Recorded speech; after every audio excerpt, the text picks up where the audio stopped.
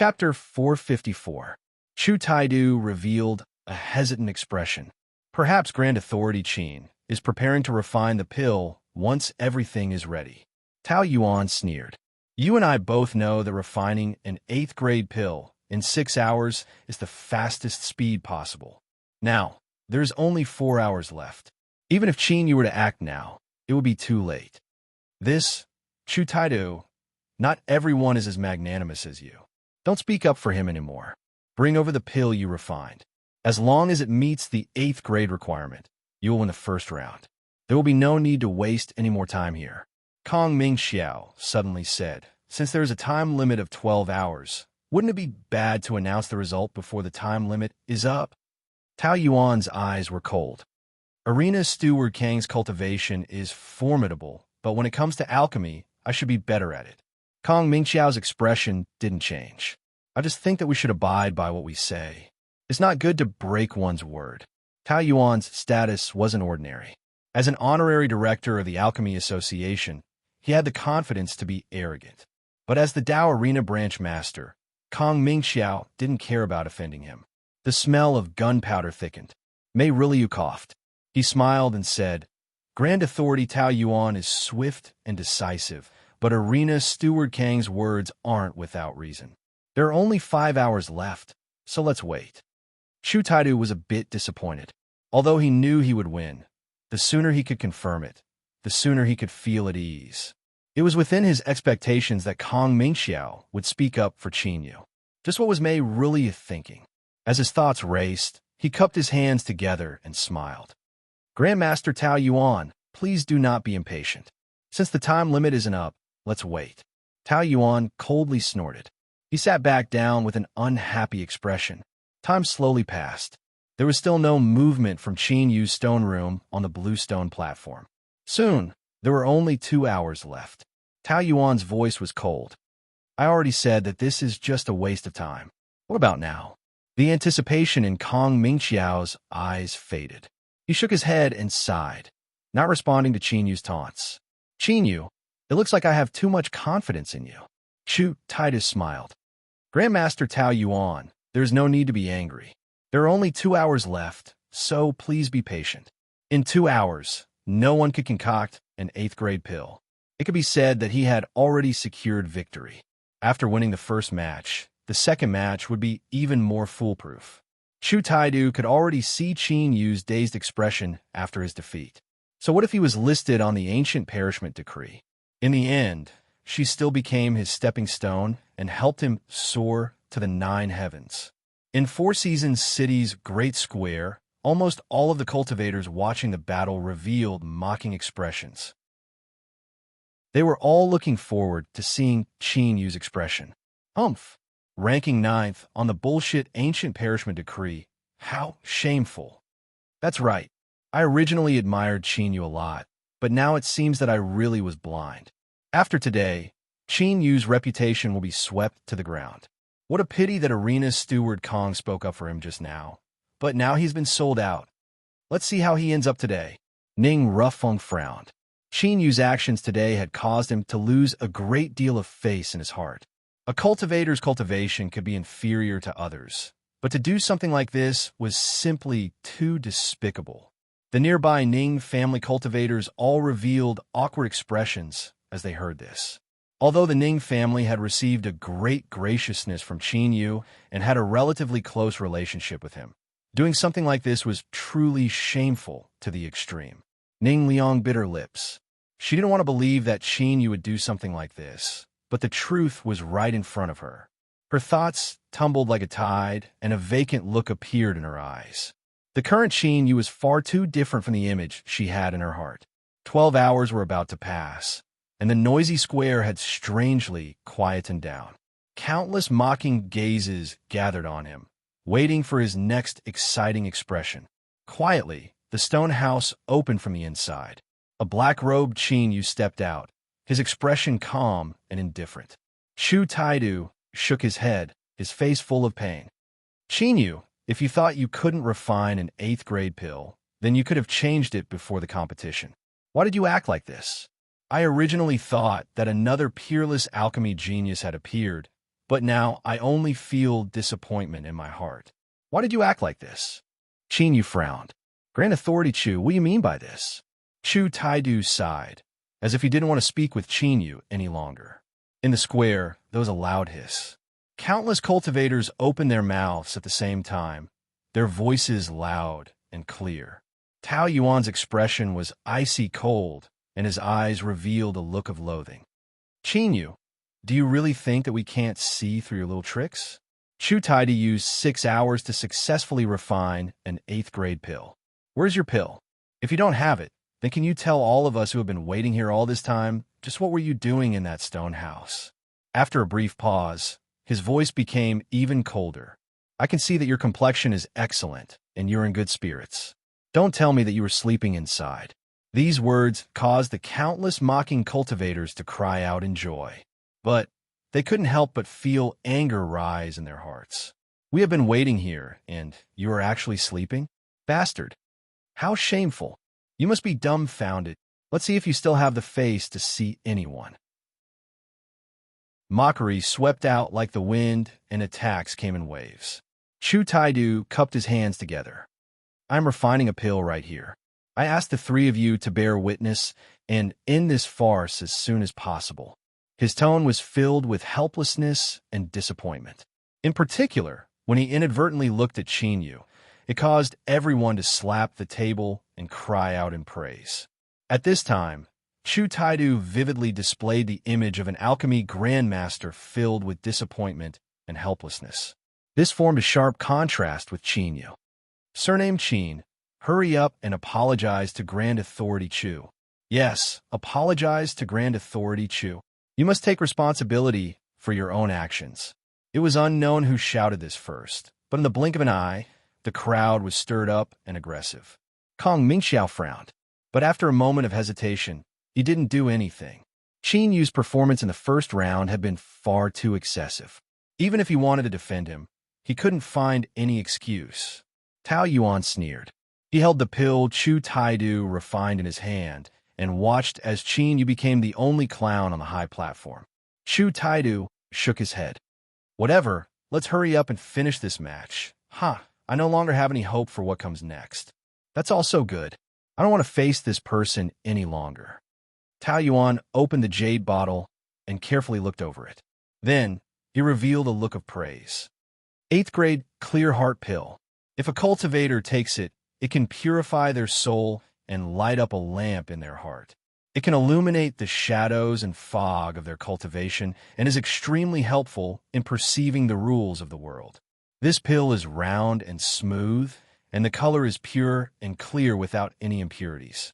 The surface of the pill shines with a faint light. It can be called an excellent pill. In addition, the fragrance of this pill is gentle and gentle.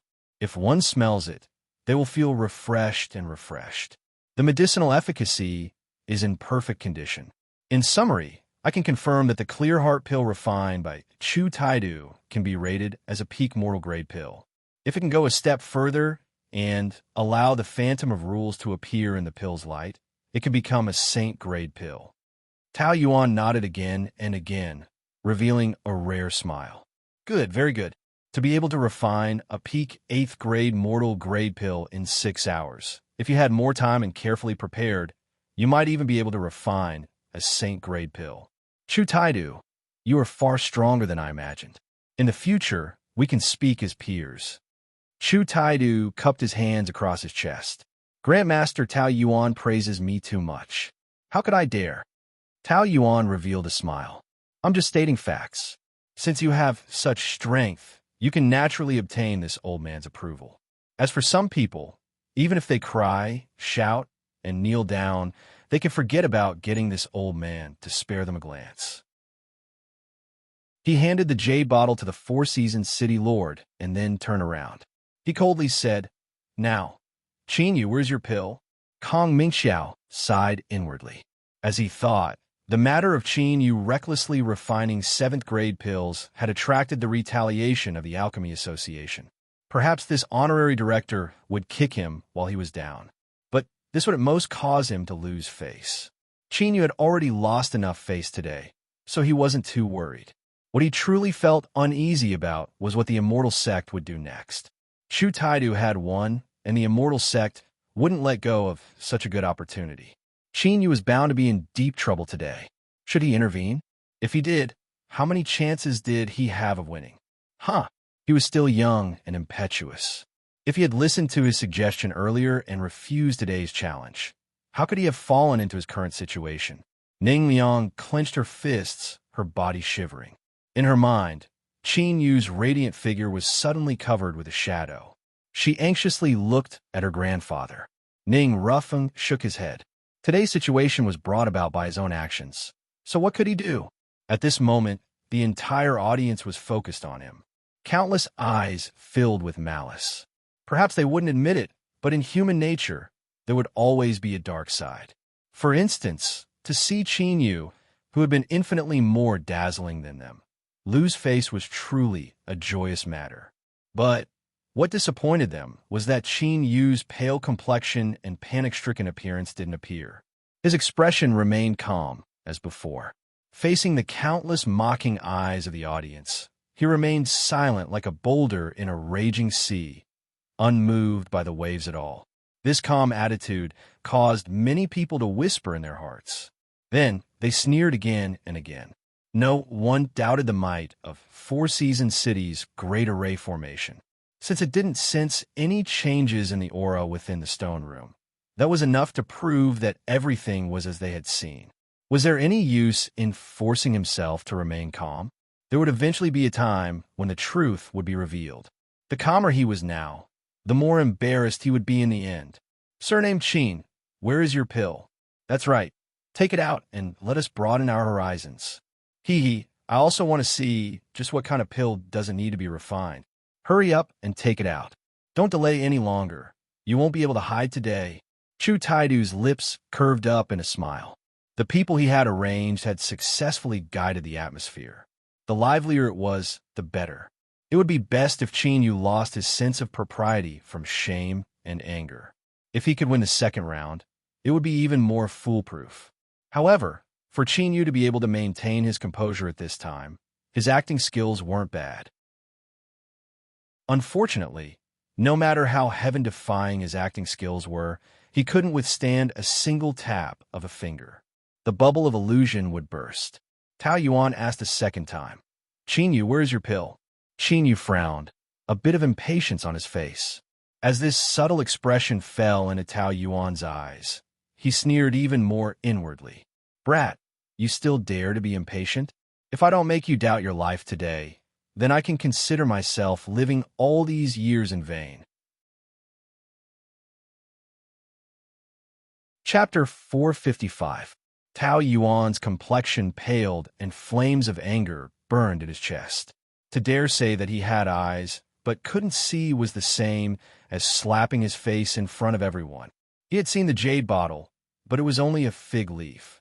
To dare use it to mock him, he really deserved to die. Good. Qin Yu, don't try to win with words. Open your jade bottle. You must give me an explanation for this. Otherwise, I won't let this matter rest. Tao Yuan angrily laughed. Chu Taidu said, Qin Yu, Grandmaster Tao Yuan cannot be humiliated. If you dare to destroy the jade bottle in your hand, that is the same as admitting that you deliberately humiliated him. Qin Yu's lips curled up in a mocking smile. You really think too highly of yourselves. Why would I destroy the jade bottle? If you want to see it, then take a look. He removed the stopper, and a pill rolled into his hand. The sky had already darkened, but the array formations on the plaza illuminated everything. Beneath the illumination of the light, a white pill quietly lay in his palm. It looked ordinary and even seemed a bit dim. But at this time, with a flick of Qin Yu's finger, light surged out from the surface of the pill. Countless phantoms appeared in this light, disintegrating, combining, vanishing without end. Law phantoms! Law phantoms! Amongst the cultivators watching, an alchemist cried out in alarm. This is an 8th grade Saint Step pill. A single stone stirred up 1,000 waves. Countless cultivators widened their eyes, their faces filled with disbelief. Wasn't it said that Qin Yu hadn't refined a pill at all? Wasn't he waiting for Chu Taidu to fail and then ending the match in a draw? How come an 8th grade pill had suddenly appeared, and it was even a Saint Step pill at that? Are you kidding me? Where is the retarded scriptwriter for this episode? Come out, and I guarantee I won't beat you to death. Impossible, Tao Yuan roared. Qin Yu, you didn't refine a pill at all. Don't think you can deceive the heavens with an 8th grade pill. He stepped forwards and reached out a hand. Hand over the pill. I want to inspect it. There is no disguise that can hide from my eyes. Qin Yu sneered. If you let Grandmaster Tao Yuan inspect it, I fear that you will fly into a rage out of shame. You will swallow it and then pretend to have a mental breakdown. This person was filled with hostility, so he naturally wouldn't give him any face. He turned and said, Arena Steward Kong, here's my pill. Please inspect it. Kong Mingxiao got up and said in a deep voice, all right. He took the pill in his hand, and his eyes lit up. Although he wasn't proficient in alchemy, as the master of the Dao Dojo, his eyesight was naturally extraordinary. He could tell with a single glance whether a pill was newly refined or not. Kong Mingxiao laughed inwardly in a self-deprecating manner. Because of all the thoughts he had just now, he felt a bit embarrassed. He took a deep breath and brightly smiled. That's right. I declare that there is no problem with Qin Yu's pill. He swept his eyes around. Of course, in case some people don't want to believe it, I asked the city lord to confirm it once more. Mei Riliu lightly coughed several times and waved his hand. Being ill for a long time makes one a doctor. The pills that I've taken over the years can be piled up into a small mountain, so I do have the ability to judge pills. Little friend Qin Yu's Dao querying pill is indeed something that was just refined. There is no mistake about this. These words were the same as sealing a coffin. Tao Yuan's complexion sank, and Chu Taidu's lips stiffened. There was no need for Mei Riliu to help Qin Yu lie. In other words, he had truly refined a Saint-grade Dao querying pill. The situation had reversed in an instant. The two of them had been ridiculing each other just now, but now their faces were as red as hot. In particular, Tao Yuan was so angry that his field of vision began to darken. Qin Yu said that he had eyes but couldn't see, and the facts proved that he wasn't wrong. At this time, countless eyes gathered on him, and the surprise in their eyes caused his face to twitch. At this moment, Grandmaster Tao Yuan really wanted to dig a hole in the ground and bury himself in it. I knew that Qin Yu was ranked on the ancient perishment decree, so there must be something mystical about him. How could he do such a despicable thing? Humph humph. The facts prove that my eyesight is quite good. Hey, didn't you just say that Qin Yu is fishing for fame? What do you mean he doesn't deserve any sympathy? Isn't that right? Cough, cough. The moon is so beautiful. It's cloudy today. Bang. Someone punched out, angry from shame. You bastard. You want to argue with me? Let me tell you, I have always been a fan of Qin Yu, and that has never changed. Ning Rufeng had an awkward expression. He coughed and said, Qin Yu is truly worthy of being a peerless proud son of heaven. He was actually able to refine an 8th grade Saint Step Dao querying pill. Even if he isn't ranked on the ancient perishment decree, just this alone is enough to show disdain for the world. He turned, his eyes earnest. Little girl, you must hold on to this chance and never let go. The future of my Ning family might be tied to him. Ning Yuntao laughed. Good. I knew that Qin Yu would win. He is such a proud person. He would never do something so despicable. The Ning family cultivators nearby all smiled with joy. Ning Liang remained silent. Although she was happy in her heart, the smile on her face was forced. This wasn't because Qin Yu won and she would lose the chance to approach him, but because she discovered that she really did suspect that Qin Yu would lose and that he had done something dishonorable. Did this mean that in her heart, she didn't truly regard Qin Yu as the person she had chosen? Otherwise, why would she suspect him before the results were revealed? When Qin Yu was being questioned by others, isolated, and pressured, she had remained silent instead of standing by his side, choosing to believe in him and bear the burden together with him. This sort of self-questioning left her face burning hot and her heart filled with guilt and helplessness. As she looked at the black-robed youth on the blue stone platform, She felt for the first time that she didn't have the qualifications to stand by his side and share his glory. And all of this was caused by herself. Ning Liang was silent, bitterness in her eyes. She knew that Qin Yu had definitely seen her silence today. Perhaps this meant that she would wake up from her dream ahead of time. The Four Seasons City Lord passed the Tao querying pill to Tao Yuan. Although he was forcefully maintaining his calm, his complexion was still as black as iron. Grandmaster, please examine it. If there are no problems, then announce the result. Tao Yuan's expression was stiff. There is no need. I have my eyesight. There is no problem with Qin Yu's pill, but I have a question. He fiercely looked up, his eyes as sharp as sabers. Qin Yu, tell me why Four Seasons City's Great Array formation didn't sense your pill refining process at all. Did he use some taboo method? Mei Riliyu's eyes flashed. He smiled and said, I am also very curious about this matter. If possible, could little friend Qin Yu explain a little? As the person who maintained the Great Array formation, he was well aware of just how powerful it was. Even the supreme beings of the world wouldn't dare to recklessly face the might of the Array formation. But Qin Yu had actually been able to completely block out the Array formation senses. This was simply unbelievable. Chu Taidu's eyes brightened. That's right.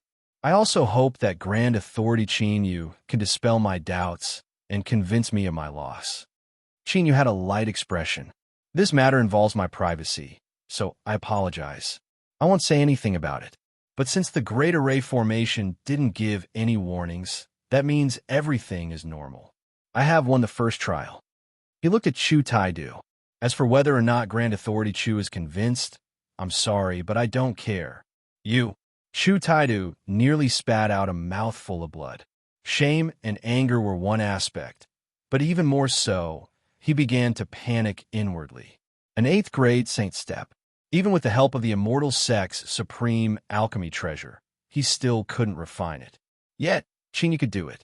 Didn't this mean that Qin Yu's alchemy skills far surpassed his own?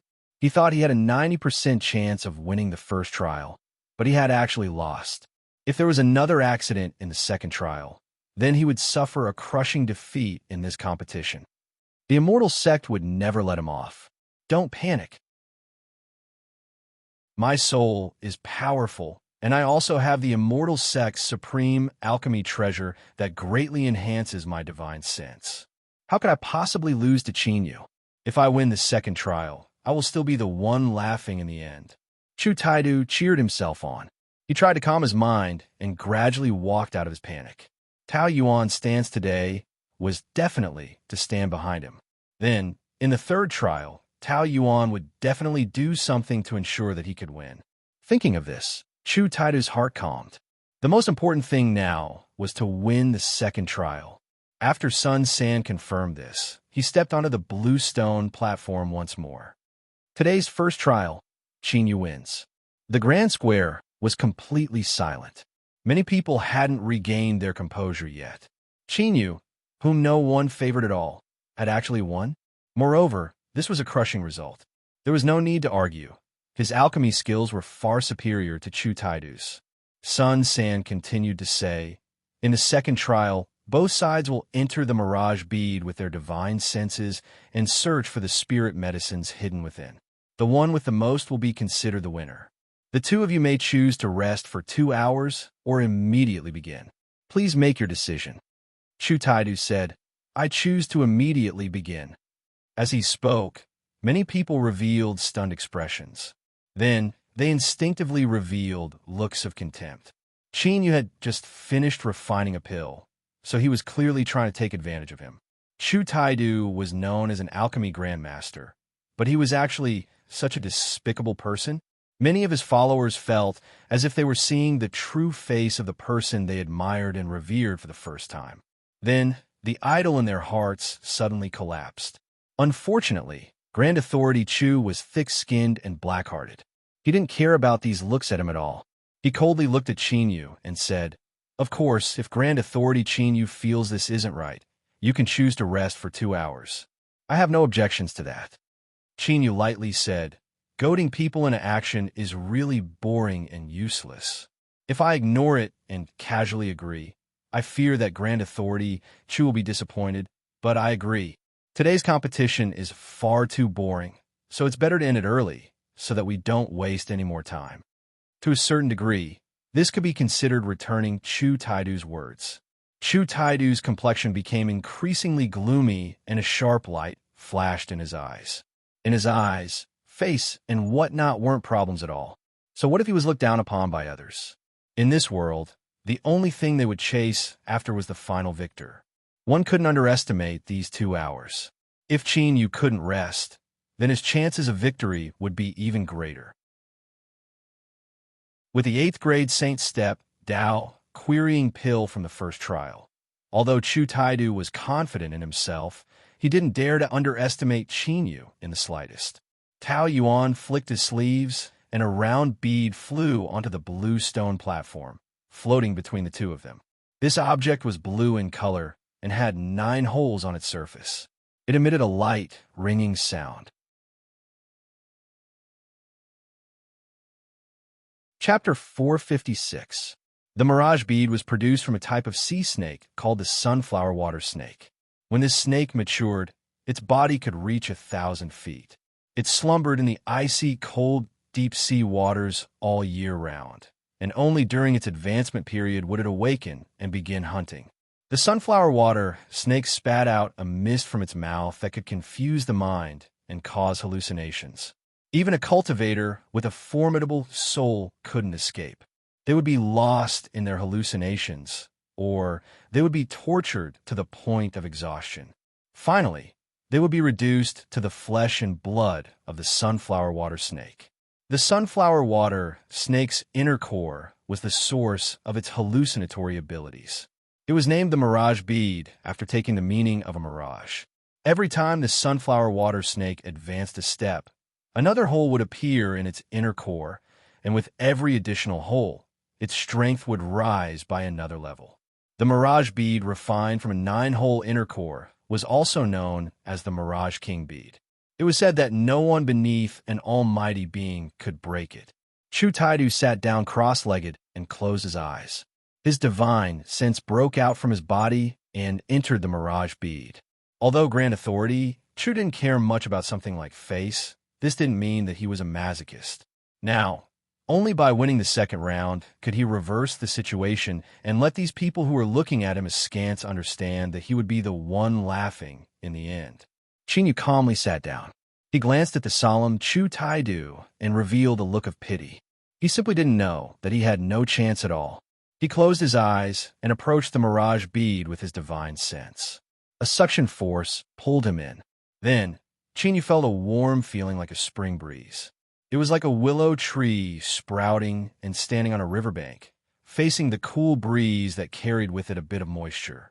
His entire body felt relaxed and comfortable. In this incomparably comfortable state, all of the weariness in his heart would be magnified and released, making him want to close his eyes and have a good sleep. Is this a divine sense test? Qin Yu closed his eyes. When he opened them once more, he could see the willow trees in front of him. The clear and gentle river water quietly flowed beneath the riverbank, leaving behind a series of clear sounds. Behind him, between 2 weeping willows, there was a hammock. The ground was covered with a clean and tidy floral cloth. A young woman was squatting on the hammock, arranging exquisite dishes. Her clothes were slightly tight around her waist, outlining her beautiful figure. As if sensing that someone was looking at her from behind, the young female cultivator lifted a hand to gather her hair. Then, she turned to reveal a beautiful face, her eyes as gentle as rippling water. "Husband, you must be hungry. The dishes have been prepared. Come and eat." This woman was Ning Ling. At this moment, she was smiling, her features as beautiful as a painting. Qin Yu paused for a moment. He smiled and nodded. He took several steps forward, lifted his robes, and sat down beside the floral cloth. His eyes swept over the food, revealing a look of praise. "These are all my favorite foods." Ning Ling smiled. "Husband has been studying too hard, so it's natural for you to make up for it. Today, I personally cooked and prepared a jar of wine that you like. Husband, you should drink a few more cups today." As she said this, she slightly raised her hand, revealing her white wrist, and poured him a full cup. The wine was slightly yellow, but it was clear and fragrant. A dazed look flashed in Qin Yu's eyes. "This is indeed my favorite wine." He picked it up and drank it all in one gulp. He carefully savored the wine as it flowed through his mouth and into his body, finally turning into a warm current that spread outwards. "Good wine." He laughed out loud and reached out a hand to hold Ningling. Her cheeks flushed red as she pouted. With a beauty in his arms, good wine in his hands, and delicious food in front of him, he enjoyed himself to the fullest. A servant hid far off to the side, dutifully blocking the flow of people. He told them that their master was having a feast with the women and that it wasn't appropriate to disturb them. Occasionally, he would turn his head and look at the man and woman on the grass, his eyes filled with joy and blessings. The patriarch and his wife had finally managed to walk together with great difficulty. Now, the bitterness had finally passed, and the happiness had begun. After drinking too much wine, Qin was a bit tipsy. He leaned against her soft body, smelling her scent. His heart calmed, and he closed his eyes, nearly falling asleep. Suddenly, there was a loud ruckus. Qin opened his eyes to see a panicked servant jump off his horse, tumble several times, and then run over. "Patriarch! Patriarch!" Someone set fire to the mansion.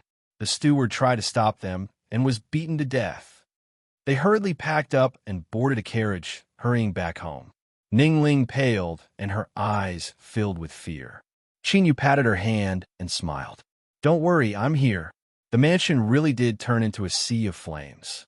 The beautiful gardens, buildings, and even the corpses lying on the ground were all burnt to ashes. The crimson flames seemed to be stained with too much blood. They tumbled in the heat, emitting a nauseating smell. "Husband!" Ningling shivered. "It's them. They want to force me back." The arsonists hadn't left yet. The leader's robes were stained with blood, and he respectfully smiled. He bowed and said, "Miss, it's time for you to return home. Don't make things difficult for these servants." Qin was enraged. "How insolent! Beneath the feet of the Son of Heaven, how can I allow you to commit arson and murder people? I have already ordered people to report this to the authorities. None of you can escape. Report to the authorities? We are so afraid." The man wiped the blood from his face, his eyes filled with contempt. "Miss, why did you choose such a waste? We will leave first today. If you really care about him, you should leave as soon as possible. Otherwise, you should be well aware of the methods of the family." The group left. As expected, the bailiffs hiding in the street corners all looked up at the sky, as if they didn't know what was going on. When these people left, they began to shout at each other, impatiently walking over. After asking a few questions, they tossed down a few words that they were waiting to arrest the criminals and then turned to leave. The surrounding crowd began to talk amongst themselves. The meaning behind their words was that the Qin family had offended a noble person and were finished. That night, Qin lost his luxurious clothes and was forced to make do with a carriage. Ningling wept the entire time, and he comforted her until late into the night. When they woke up the next day, the servants began to resign. They were all people with families. If they continued to stay in the Qin family, not only would they die, but they would also implicate their loved ones. Soon, outside the ruined mansion, there was only Qin and Ningling left. Their eyes swept over the embers of the raging flames, and they couldn't help but feel sorrow in their hearts. "Ningling, don't leave me. I only have you." Ningling cried and nodded. The group of people that had set the place on fire came several more times. But Ningling's attitude was firm, and she even threatened to kill herself. They could only retreat. The leaves turned yellow and fell to the ground. The early autumn wind was as cold as a sharp knife, cutting into one's face. On this day, when Qin woke up, he heard Ningling's suppressed coughing in the courtyard. Startled, he hurriedly pushed open the door and saw Ningling squeezing out a smile. "Husband, don't worry, I'm fine." But in the end, something had happened to Ningling. After coughing for several days, she suddenly had a high fever in the middle of the night. She fell into a daze and vomited everything she ate. She couldn't drink a single drop of water. Qin panicked. He carried her out of the dilapidated house and found a doctor he had known for many years. This person's medical skills were brilliant, and they were very familiar with each other. They even called each other brothers. But today, this doctor's brother had turned hostile and directly refused Chinyu at the door. He coldly sneered and told him that without money, he wouldn't treat her. She begged until dawn. Chinyu could only carry Ningling home. He placed her on the old but clean bedding and looked at her, subconsciously frowning. Chinyu felt as if a knife were cutting into his heart. Those people had come again. Chinyu, you are nothing more than a piece of trash that doesn't know how to cultivate. How can you be worthy of my family's miss? Now that the miss is seriously ill, let's take her back and treat her. The dark-faced man sneered. He waved his hand, and several maids rushed over, wanting to take Ningling away. Chinyu was stunned.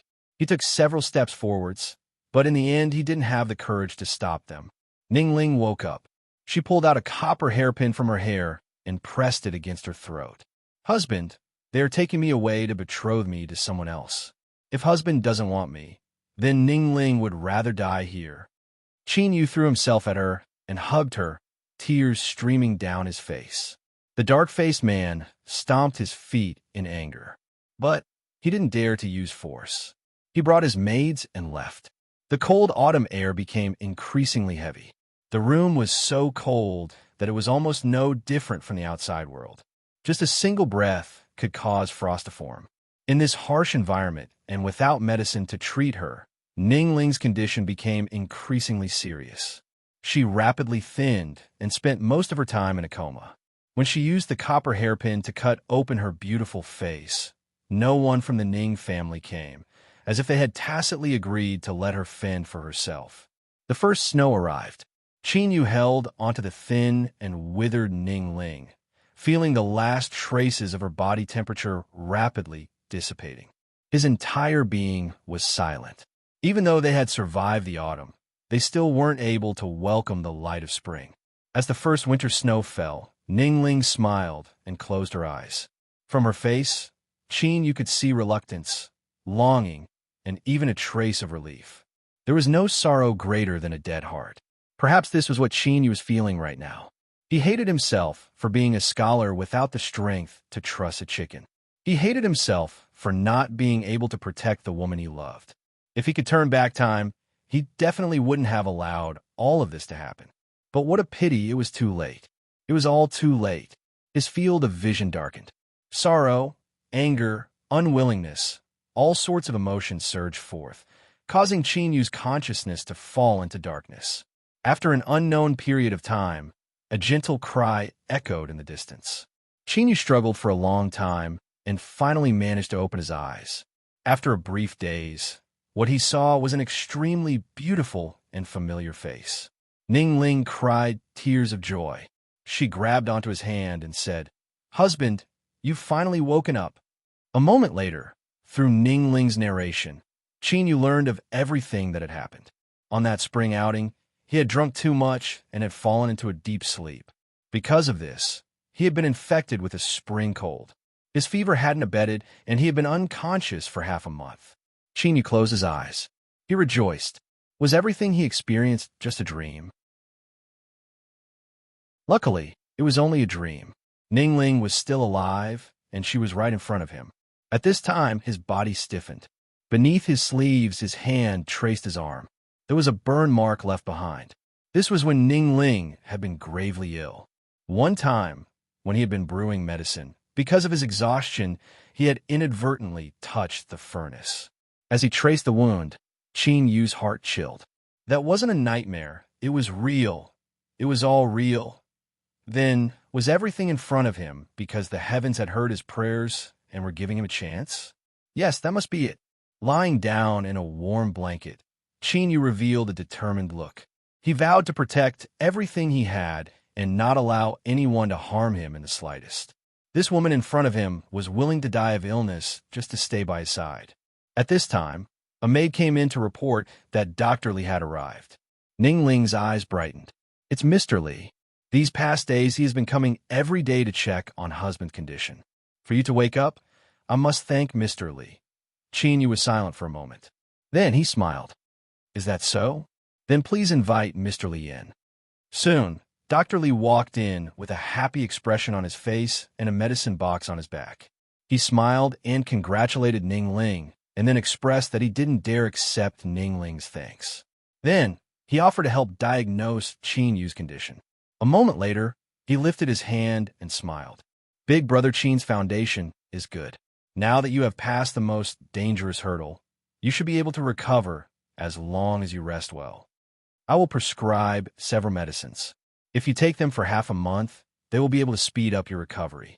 Although the medicinal materials are a bit expensive, they're excellent for restoring the body's origin energy. Qin Yu smiled. I'll have to trouble Brother Li. Once I recover, I will definitely invite you to a drink to express my thanks. Half a month later, the Qin family opened a banquet at the mansion. Dr. Li arrived and presented a black knotweed as a gift. Then, Qin Yu warmly welcomed him into the banquet. The Qin family was extremely wealthy, and they naturally ate and drank meticulously. Moreover, today was a thank-you banquet, so all sorts of delicacies and wines were provided. Dr. Li soon drank too much. Qin Yu ordered a maid to bring Dr. Li to rest. He wouldn't return tonight and would settle him down in the mansion. Deep in the night, the shrill screams of a woman rang out. The maid responsible for serving Dr. Li fled into the courtyard, her clothes disheveled as she wailed in front of everyone. The officials interrogated her and finally concluded that Dr. Li was drunk and had tried to defile the Qin family's maid. His face was tattooed, and he was sentenced to be exiled 3,000 miles away. As the prison cart passed through the city, Qin Yu sat in a roadside restaurant, leaning against the window. Physician Li, who was in a daze and extremely thin, seemed to have sensed something and raised his head to look. Their eyes met. One was filled with pain and disbelief, and the other was indifferent and cold. Dr. Li angrily roared out, but all he could make was a whimpering sound.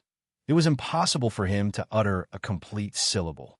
It was said that in prison, because he refused to admit his crimes, his tongue had been pulled out. Ning Ling revealed a look of unwillingness and hesitation. Qin Yu turned and pulled her into his arms. He softly said, I have my reasons for doing this. This person isn't worthy of sympathy.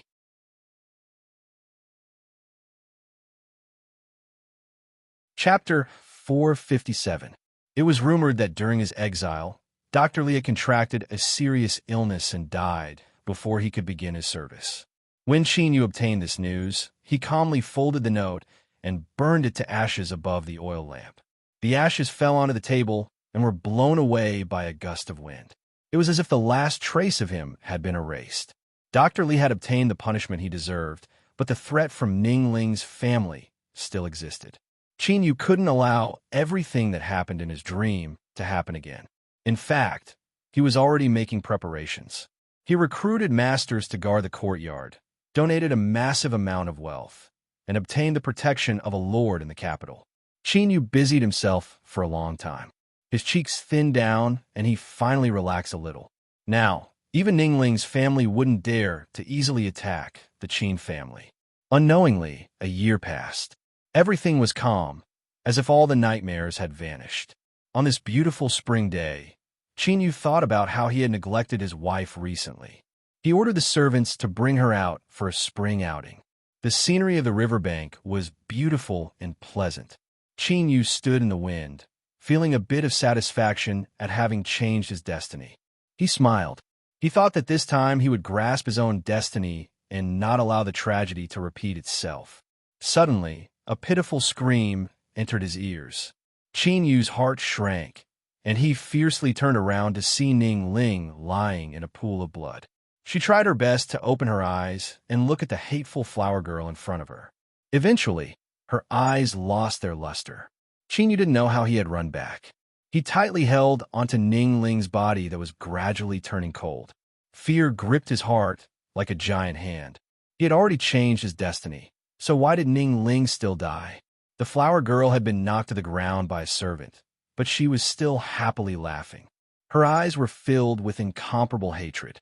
Qin Yu, when my father was saving you, there were many people who came to threaten him, forcing him to secretly send you to the afterlife. My father withstood the threats and saved you, allowing you to recover in the end. But is this how you repay him? Today, I will kill your wife. I heard that you loved her very much, so I curse you to spend the rest of your life in pain and regret." She bit down on the poisoned sac hidden in her teeth. Blood flowed out from her head, and she died. Even when her body stiffened, her eyes stubbornly stared at Chinyu, a strange smile on her face. There was a loud explosion in Chinyu's mind. He stared blankly at Dr. Li's dead daughter. She had put on a simple disguise, and now that it had been torn apart, it revealed the face that had once warmly called him Uncle Chin. Back then, her smile was so sweet, but now it was filled with malice. It seemed that even in death, she was still cursing him endlessly. "Patriarch! What happened to you, Patriarch? Someone come quickly. Something has happened to the Patriarch."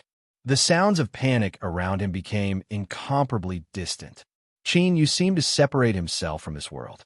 He watched in a daze as the figures in front of him gradually blurred.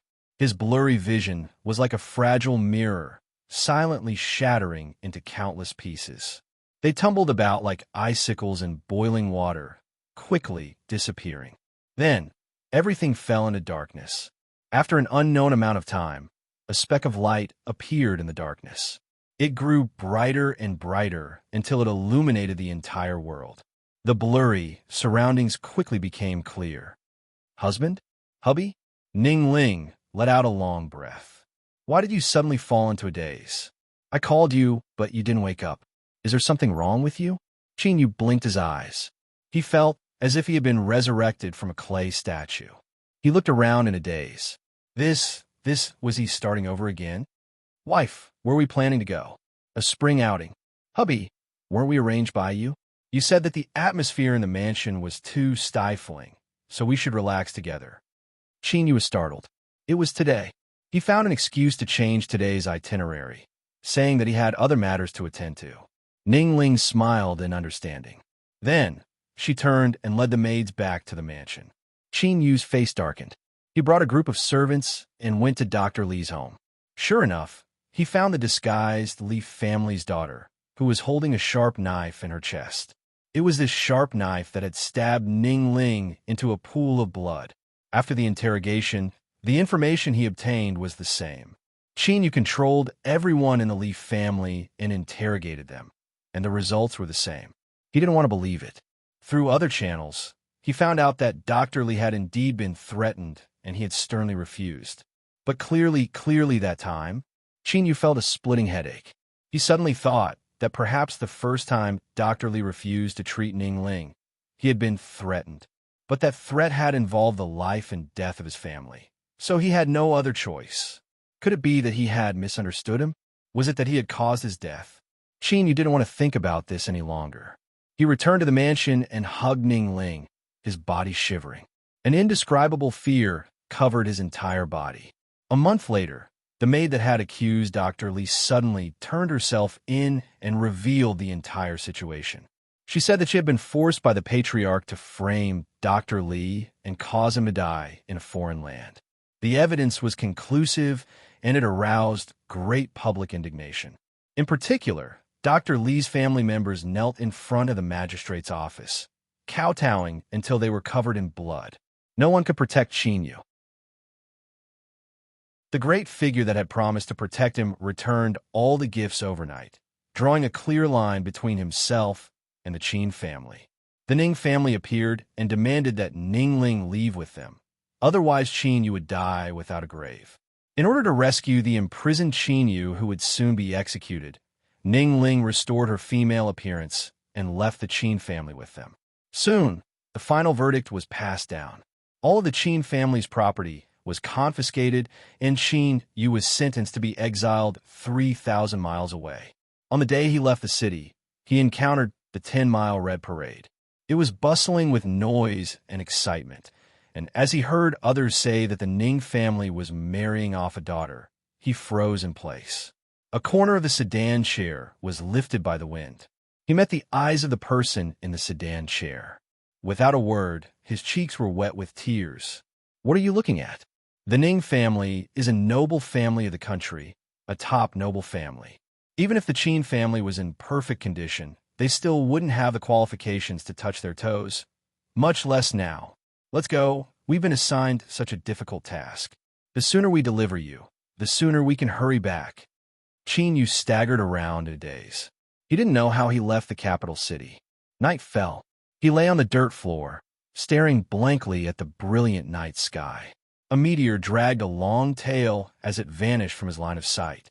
The old people said that when a person died on the ground, a star would fall from the sky. Had someone died? Qin Yu suddenly panicked.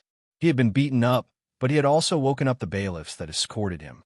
After he told them where the Qin family had hidden a secret treasure trove, the 3 bailiffs agreed to stay here for a day and help him inquire for information. As the sun set, the bailiffs that had returned to the capital city returned. They looked at Qin Yu with a strange look in their eyes. After hesitating for a moment, they said, "Yesterday, on the wedding night, the Ning family's miss committed suicide." The world in front of Qin Yu began to shatter once more. The 3 bailiffs' surprised expressions instantly turned blurry. The surrounding desolate mountain forest began to shatter and vanish. Qin Yu stood there like a stone. But this time, a trace of spirituality appeared on this icy cold stone. He blinked his eyes, a complex expression on his face. Finally, he gently sighed. Is this the famous 4 seasons samsara of spring, summer, autumn, and winter within the mirage bead? It really is endless and real, so real that it is hard to detect. But I knew from a start that this was all an illusion. Atop the blue stone platform, Qin Yu's complexion was light. Within his soul space, a crescent purple moon sprinkled down moonlight. Bathed in the moonlight, Qin Yu's consciousness split into 2. One part entered the illusion, unaware that it had become a part of it. The other part maintained a clear consciousness, coldly observing the changes in the mirage bead's illusions. Qin Yu could have directly broken through the illusion, but he had heard that the mirage bead had the ability to temper the soul, so he decided to wait a bit longer. After all, a year in the illusion was only a moment outside. Thinking back to everything he experienced in the illusion, meeting with Ning Ling in his dream could be considered a consolation. But the various changes that occurred were a reminder to Qin Yu. Sometimes even your eyes can deceive you. Just this bit of enlightenment was enough to make up for all the time he had wasted. A sharp light flashed in Qin Yu's eyes. He lightly said, "It's time to end this." Thus, this never-ending illusion began to dissipate like a bubble. 4 complete spirit plants appeared. One of them was very familiar. It was the black knotweed that Physician Li had gifted him at the banquet. Shua. On the blue stone platform, 4 spirit plants suddenly appeared around Qin Yu. As the spectating cultivators saw this, they all sucked in a breath of cold air. 4. Early summer, autumn, winter, 4 seasons samsara.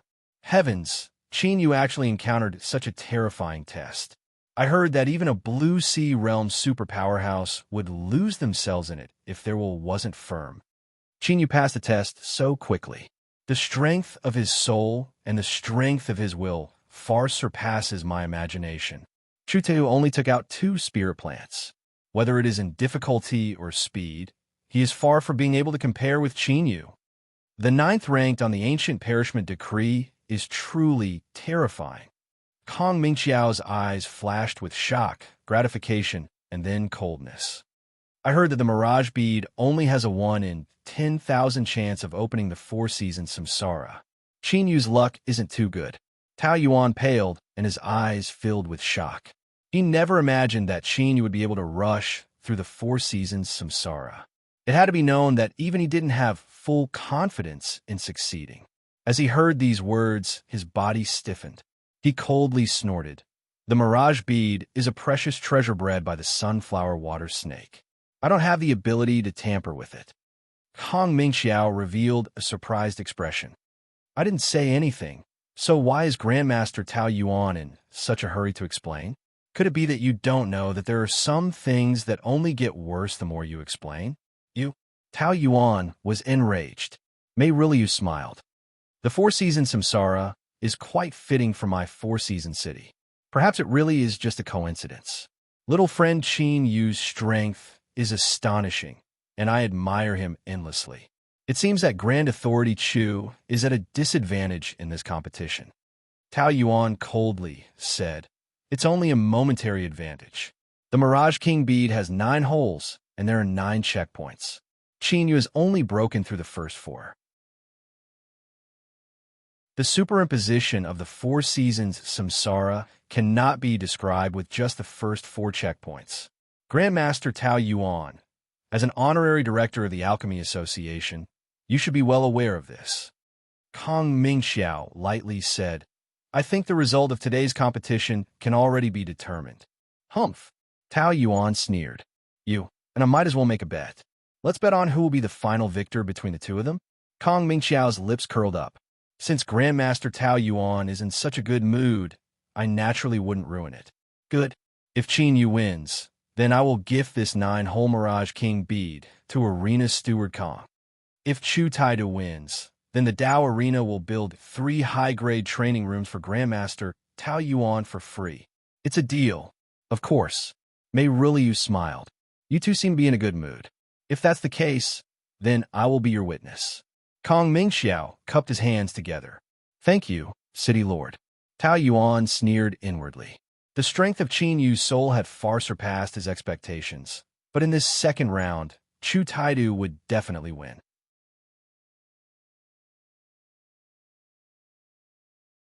Chapter 458.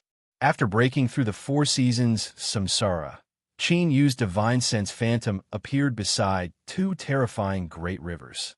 They raced over from afar, so great that it was impossible to see where they ended. These 2 great rivers were black, and one was white. Looking down, one could see fierce monster beasts leaping out from the pure white and pitch-black waters. Their eyes were filled with cruelty as they looked at Qin Yu.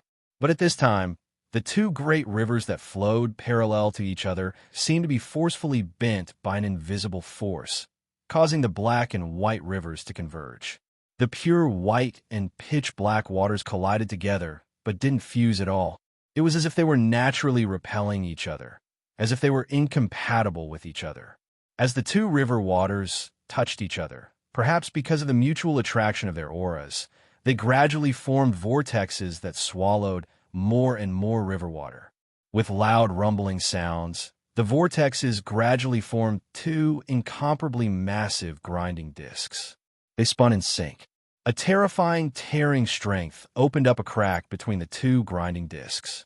The edges of this crack were black and white, but it was unknown where it led to. Qin Yu's eyes flashed, and a dignified look appeared in his eyes. Yin-yang Energy's black and white grinding discs. In order to help Chu Tai to win, you don't even want the most basic form of face? He was silent for several breaths of time. Then, a mocking smile appeared on his face. "What a pity. Even if you discard face, how can a mere Mirage King bead trap me?" Stepping forwards, Qin Yu's divine sense phantom stepped into the crack without hesitation. On the blue stone platform, the Mirage King bead trembled. A halo of light shot out, covering Qin Yu within.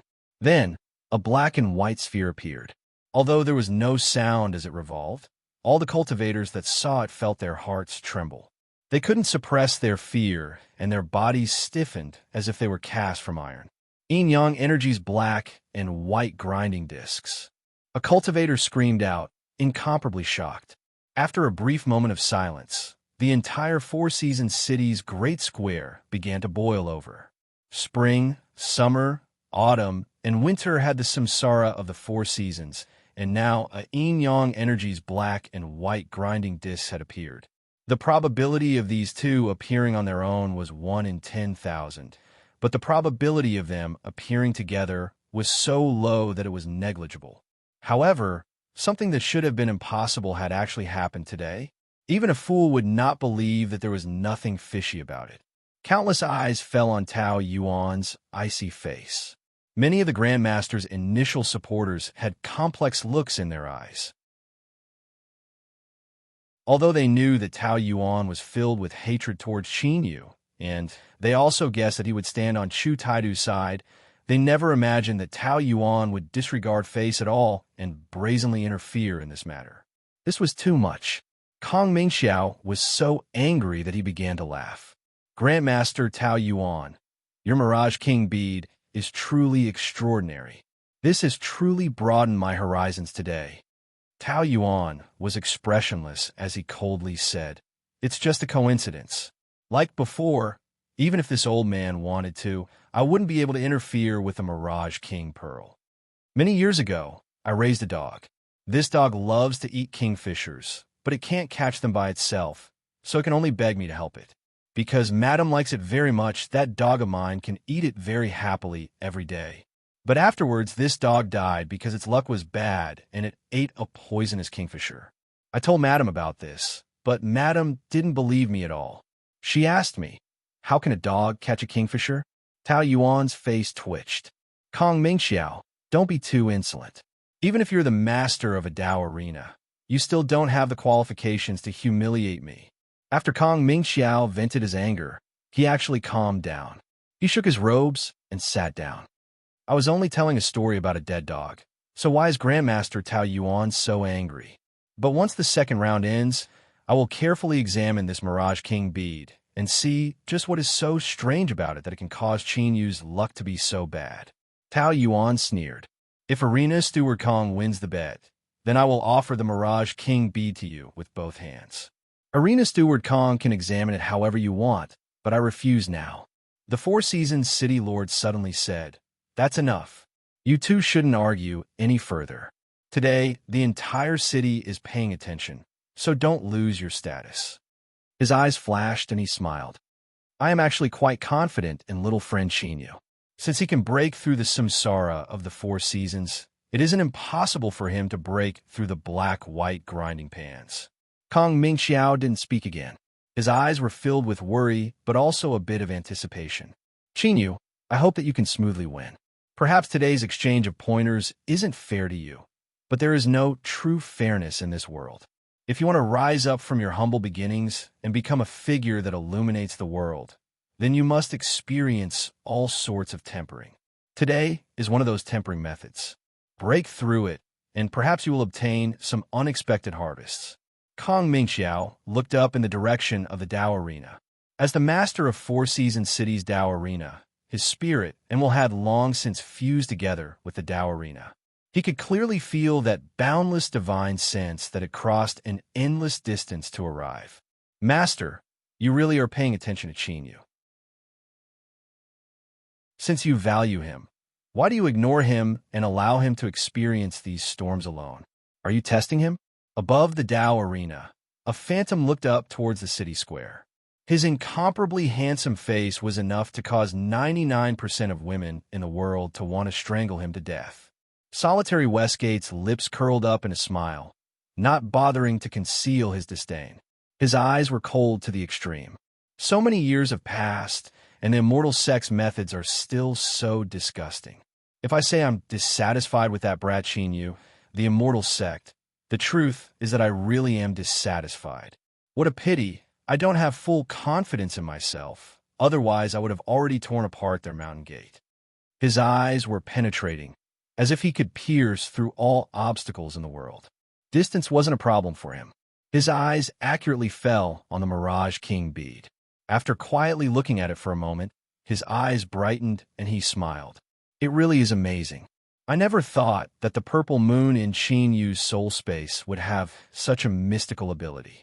Even though the immortal sect has done everything they can, I fear they will still lose everything today.' Solitary Westgate smiled in satisfaction.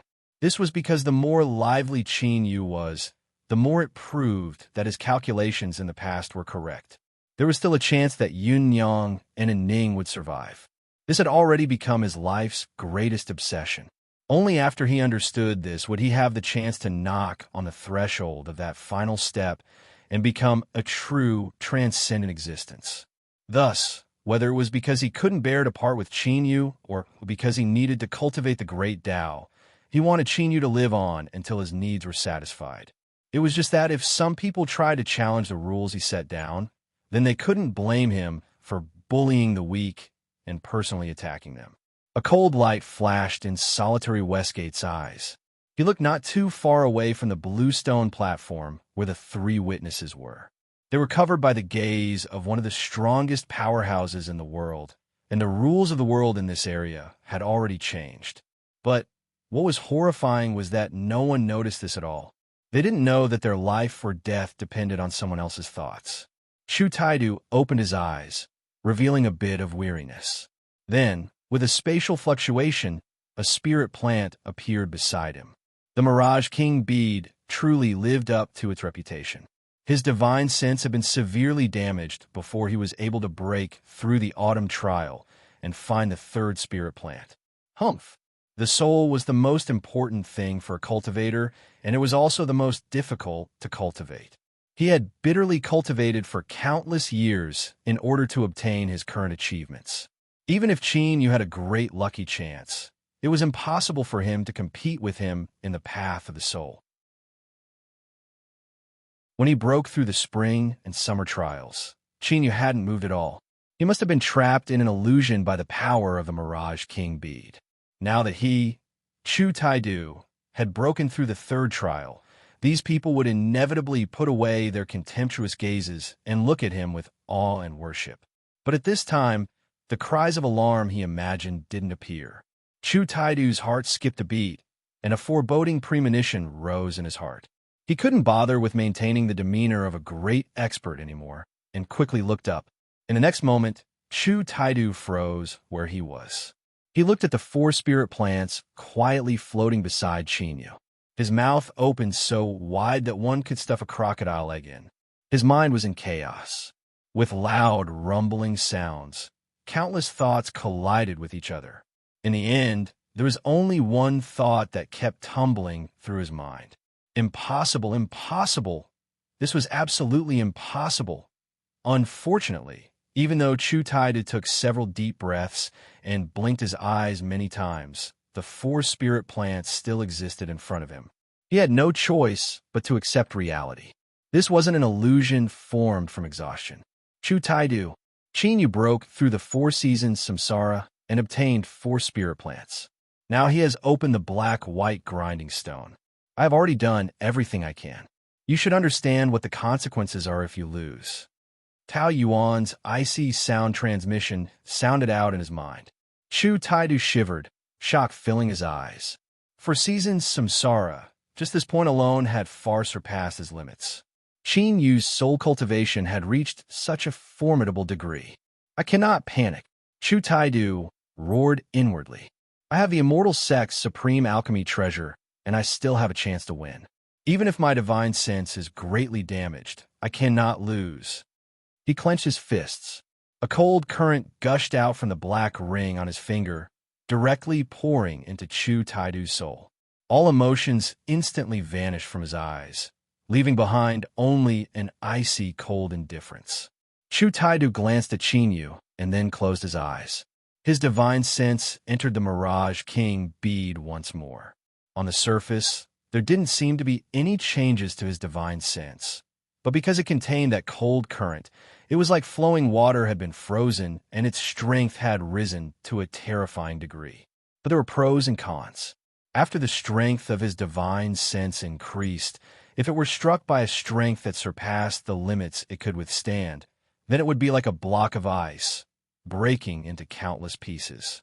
Qin Yu's divine sense phantom sat down cross-legged. A terrifying, oppressive strength rumbled through the heavens, surging in from all directions. This was the terrifying aspect of the black-white grinding disc. Once one's divine sense couldn't withstand it, it would be crushed to powder and the soul would be severely wounded. But at this time, there was a purple curtain of light around Qin Yu. This curtain of light blocked almost all of the oppressive strength of the black-white grinding disc. As for the remaining bit of oppressive strength that fell onto his divine sense phantom, it was like a gentle breeze, unable to harm him at all. If Qin Yu wanted to break through this barrier, it would be easy. As long as he could leave this place that was filled with terrifying oppression, he could do so. But breaking through this barrier so quickly would inevitably arouse attention. This wasn't the result Qin Yu wanted. Another reason was that the oppressive strength of the black-white grinding disc could temper a cultivator's divine sense and make their soul more transparent. A chance to enhance the strength of his soul could be considered a lucky chance. Qin Yu's thoughts stirred. The purple curtain of light instantly dimmed, and the oppressive strength he withstood rose with it. Qin Yu's divine sense phantom trembled as if it would collapse at any moment. This was the limit of what it could withstand, and even though the purple curtain of light was thin, it still helped him resist nearly half of the oppressive strength. No wonder this person didn't care about face at all. The black-white grinding disc was indeed terrifying, but unfortunately, it had no effect on him. Qin Yu smiled. He closed his eyes, feeling the process of his divine sense being tempered bit by bit. Although this process was painful, it was also incomparably enjoyable. In his soul space, just what was the origin of the purple moon? Qin Yu's curiosity towards it couldn't help but grow stronger and stronger. There was also the blue sun above his Dantian Sea's 5-element mountain. It had to be closely related to the purple moon. When the immortal sex killing curse technique descended, the sight of the sun and moon intertwining was branded into the depths of his mind. He would never forget it. In an illusion, a month, a year, or even several years, or even dozens of years, perhaps only a moment had passed in the outside world, and time didn't have any real meaning. Thus, when Chutaida broke through the final trial of spring, summer, autumn, and winter and took out the fourth spirit plant, only an hour had passed since the start of the competition. Chutaidu opened his eyes, his gaze icy cold. He swept his eyes over the 4 spirit plants around Qin Yu, and then continued to probe the depths of the Sea King bead with his divine sense. A moment later, the 5th spirit plant appeared, followed by the 6th.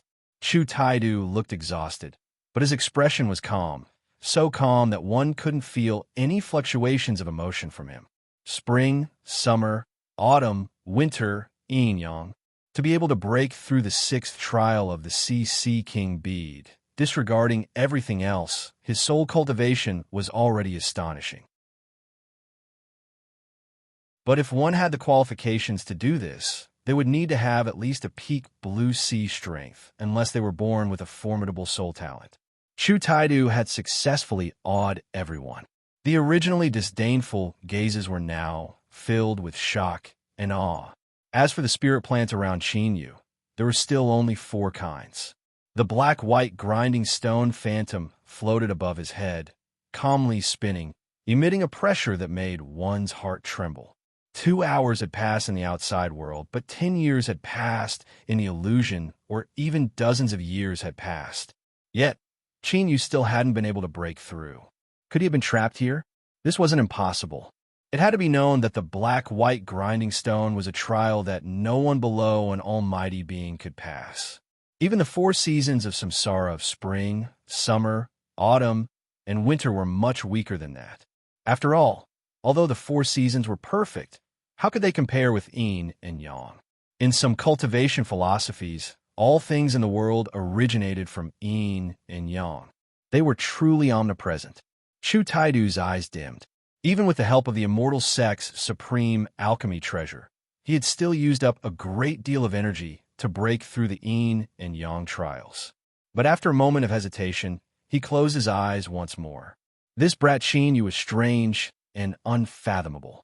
Who knew what other cards he had hidden up his sleeves? He couldn't be careless in the slightest. If he went all out, although it was inevitable that his soul would be damaged, as long as he could pass through the 7th trial, he would definitely win. Mei Riliu had a look of praise in his eyes. The Mirage King Bead's 7th trial is the path of chaos, a trial that touches upon the esoteric rules of the world. If Grand Authority Chu dares to attempt it, that means he has some confidence in himself. The strength of his soul is something that even I am inferior to. Tao Yuan's gloomy face revealed a smile. City Lord is right. Those that can rush through the 7th trial are all outstanding geniuses. I have a premonition that Chutaidu will succeed. He turned around, his eyes cold. Arena Steward Kong, it seems it would be disrespectful of me to refuse 3 high-grade training rooms. Kong Mingxiao frowned for a moment before composing himself. Victory and defeat have yet to be decided. There are some words that shouldn't be said too early. If you end up being slapped in the face, it will be ugly. Tao Yuan sneered. Good. I want to see just how long Arena Steward Kong can be so stubborn. The one who wins today will inevitably be Chu Taidu. With a supreme treasure in hand, breaking through the 7th trial wouldn't be difficult at all. Although Qin Yu's success was unexpected, it was impossible for him to accomplish this. Once he entered the 3rd trial, Tao Yuan's heart turned cold. His trip to Four Seasons City might cause him to lose face, but in order to complete his mission, he couldn't care about such things anymore. Qin Yu had to lose. The Mirage King Bede's 7th trial, the path of primal chaos, was a world of primal chaos. If one's divine sense fell into it, it would be like a stubborn rock before the heavens and earth. As long as one could successfully awaken it, they would be able to make a breakthrough. But to accomplish this was far, far too difficult. If one's divine sense couldn't awaken, they would forever sleep within. Even if they were forcefully awakened, the portion of divine sense that entered the Mirage King Bede would completely dissipate. This was the same as cutting off a complete cultivator's soul. The pain was secondary, but the most terrifying aspect was that it would damage the source of a cultivator's soul and sever their path of perceiving the rules. And wanting to repair it was even more difficult. After 8 hours, Chu Taidu's rotten, wood-like body trembled. He opened his eyes with difficulty and spat out several mouthfuls of blood. The wrinkles on his face instantly deepened, as if he had aged dozens of years. As he spat out a mouthful of blood, the 7th spirit plant appeared beside him. This was a dazzling golden flower. It seemed as if it were cast from golden water and emitted a noble aura. Feeling the pain of a saber cutting through his soul, Chu Taidu quickly withdrew the strength of the immortal sect's supreme alchemy treasure. All sorts of fluctuations of emotions returned to his body, and the pain in his soul became even more unbearable. He stuffily coughed, and his field of vision darkened. If it weren't for his will being firm enough, he would have already been defeated by this pain. But in the end, he managed to persist. Chu Taidu looked up. His lips moved with difficulty. This is all I can do with all my strength. If Qin Yu is stronger, then I will admit defeat. His voice was weak, but at this time his eyes were filled with shock and awe. Cultivators worshipped the strong, and demonic path cultivators were even more so. Chu Taidu rushing through the Mirage King Bede's 7th level was more than enough to prove his strength. And powerhouses deserved to be forgiven, even if they had done something wrong before. Moreover, was that really important? Stories were written by the victors.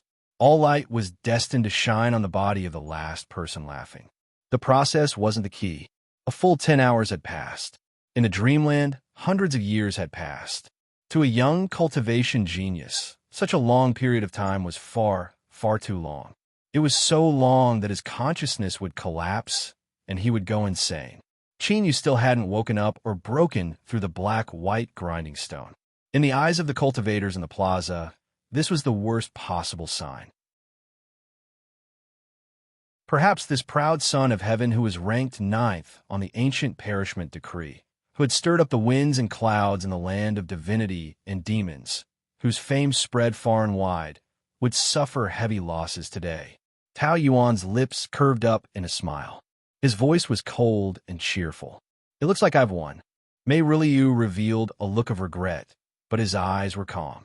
It was clear there weren't too many fluctuations in his heart. Geniuses, especially young geniuses, people who were born to make people feel despair, should not exist in the first place.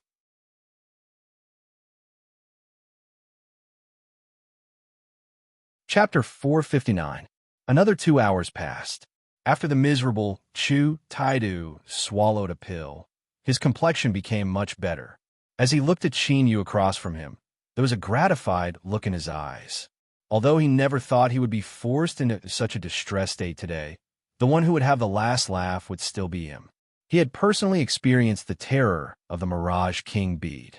Once one's divine sense fell into it, and was unable to extricate themselves, the consequences would be horrifying. Perhaps there wouldn't be a need for a third match in today's competition. Thinking of this, Grand Authority Chu's smile became a bit warmer. Although he had paid a considerable price, compared to the harvests, it wasn't anything at all. Ning Yang's fingers tightly twisted together.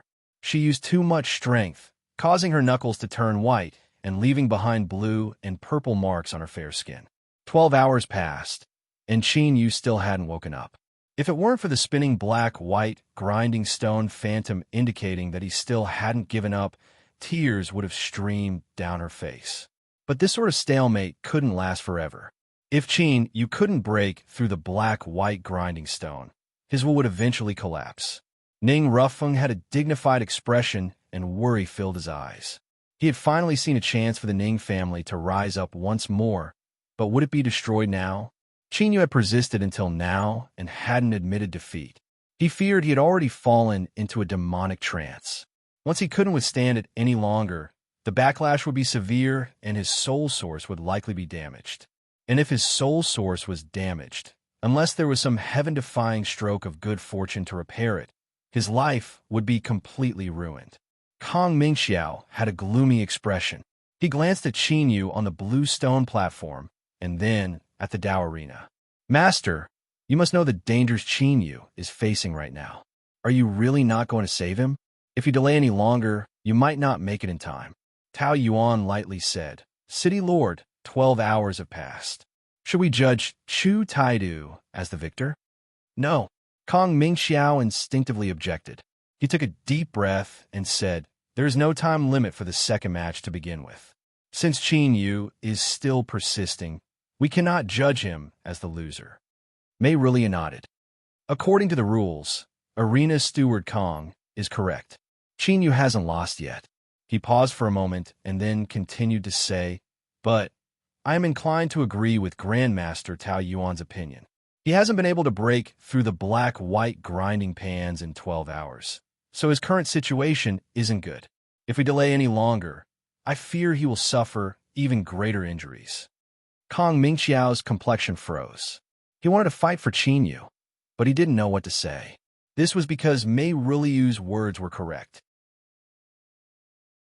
If they decided victory and defeat now, they could stop the second match and forcefully awaken Qin Yu. Although he would still suffer damage to his divine sense, he could avoid damaging his source to a great extent. His silence caused Tao Yuan to smile. Since you two have no objections, then fellow Daoist Sun, I'll have to trouble you to make the announcement. Sun Sin bowed slightly and stood quietly behind Mei Ruliu. When Mei Ruliu nodded, Sun San respectfully nodded. He took a step forward and appeared in the air above the bluestone platform. Just as they were about to announce the results of the second round, Qin Yu suddenly opened his eyes. 2 hours from now, I will wake up. There is no need for you to worry about me. His eyes were warm and bright, and his voice wasn't weak at all. It was completely different from what everyone imagined. It was as if he hadn't been injured at all after being trapped beneath the black-white grinding pans for 12 hours. This scene left countless cultivators dumbfounded. Some cultivators that had already judged him to be defeated had particularly wonderful expressions. The Mirage King Bede's black-white grinding pans. This was the Mirage King Bede's black-white grinding pans. It was said that only 5 people below the level of an almighty being could pass through it. Yet you were trapped within for 12 hours, and yet you were completely unharmed? Are you kidding me? And what was even more terrifying was that at this time, shouldn't you be bitterly persisting? How could you know what was happening outside? Tao Yuan's icy face revealed a clear look of shock. His eyes widened as if he had seen a ghost. Even Mei Ruliu, who had been pretending to be weak, forgot to continue coughing.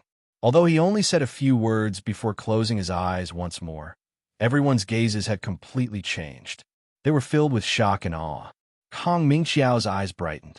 He laughed several times. It looks like Grandmaster Tao Yuan's worries are groundless. Since Qin Yu is fine, then let's wait another 2 hours. It is still too early to make a conclusion about the result of the second round. Humph!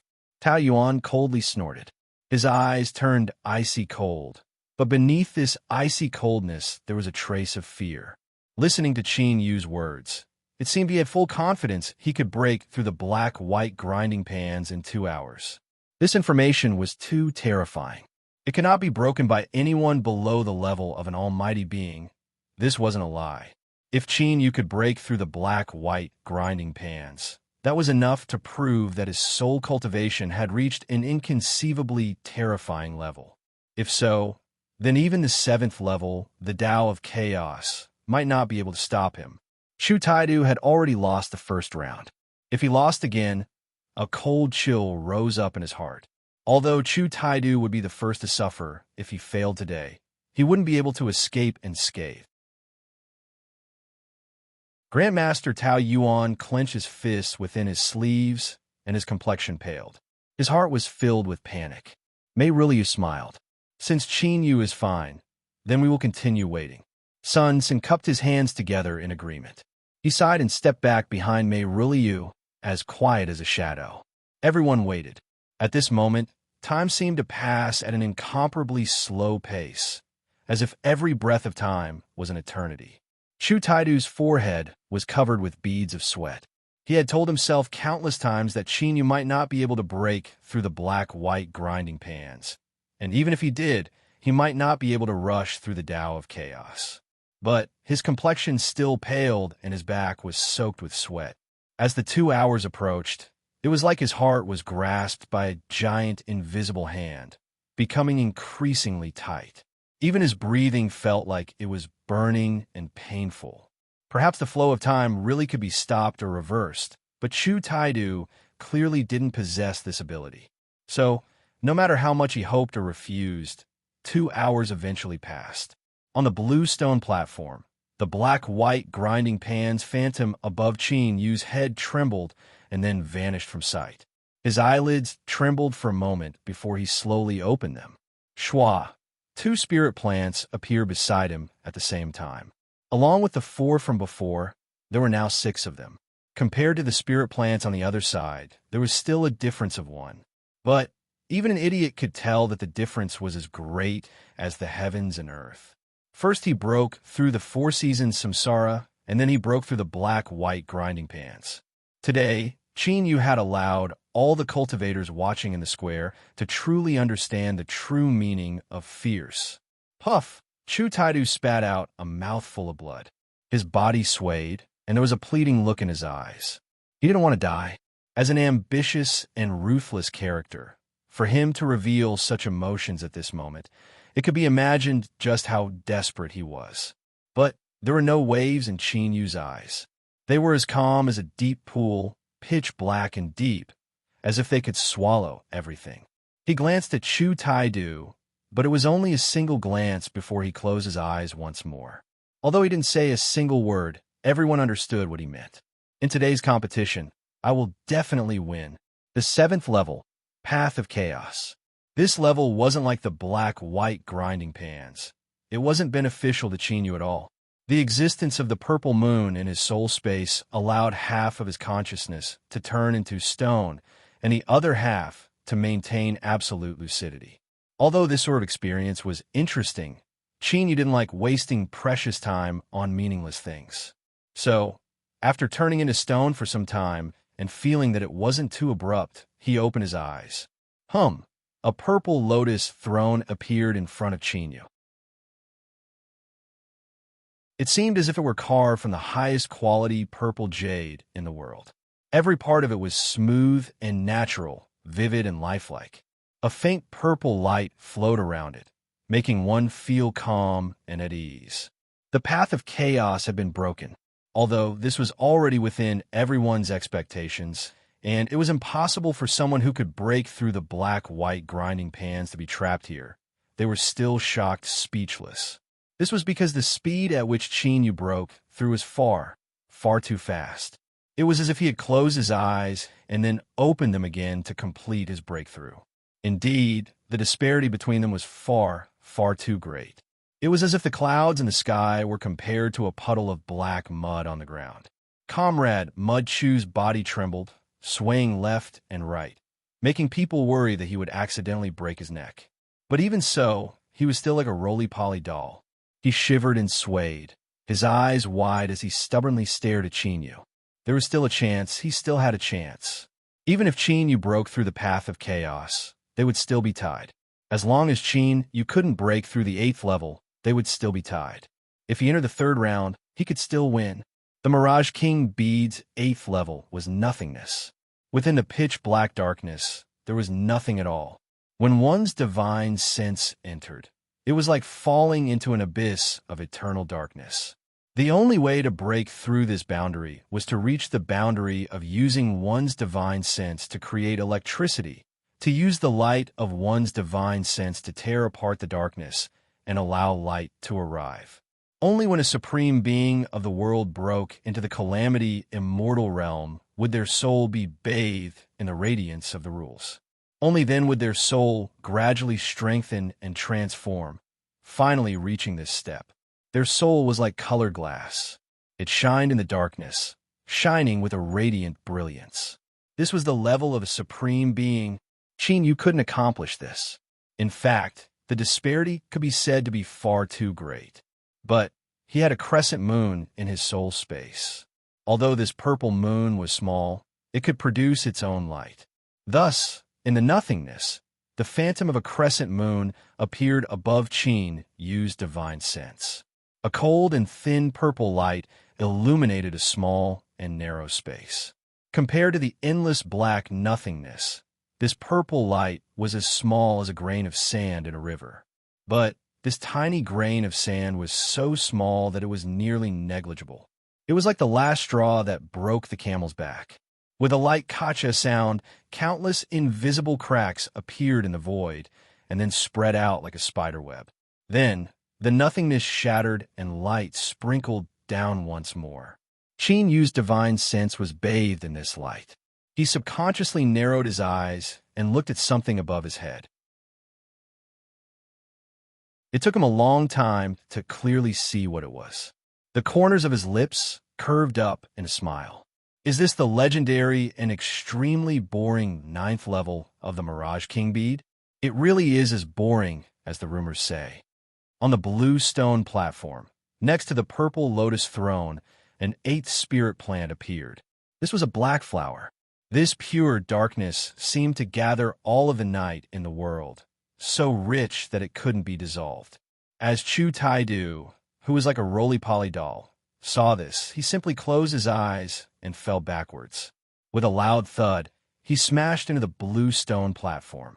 However, no one cared about Grand Authority Chu's distressed and desperate appearance. Everyone's eyes widened as they looked at the black-robed youth sitting cross-legged. He didn't look any different from before, but everyone's complexions were different. This was a kind of all born from extreme shock.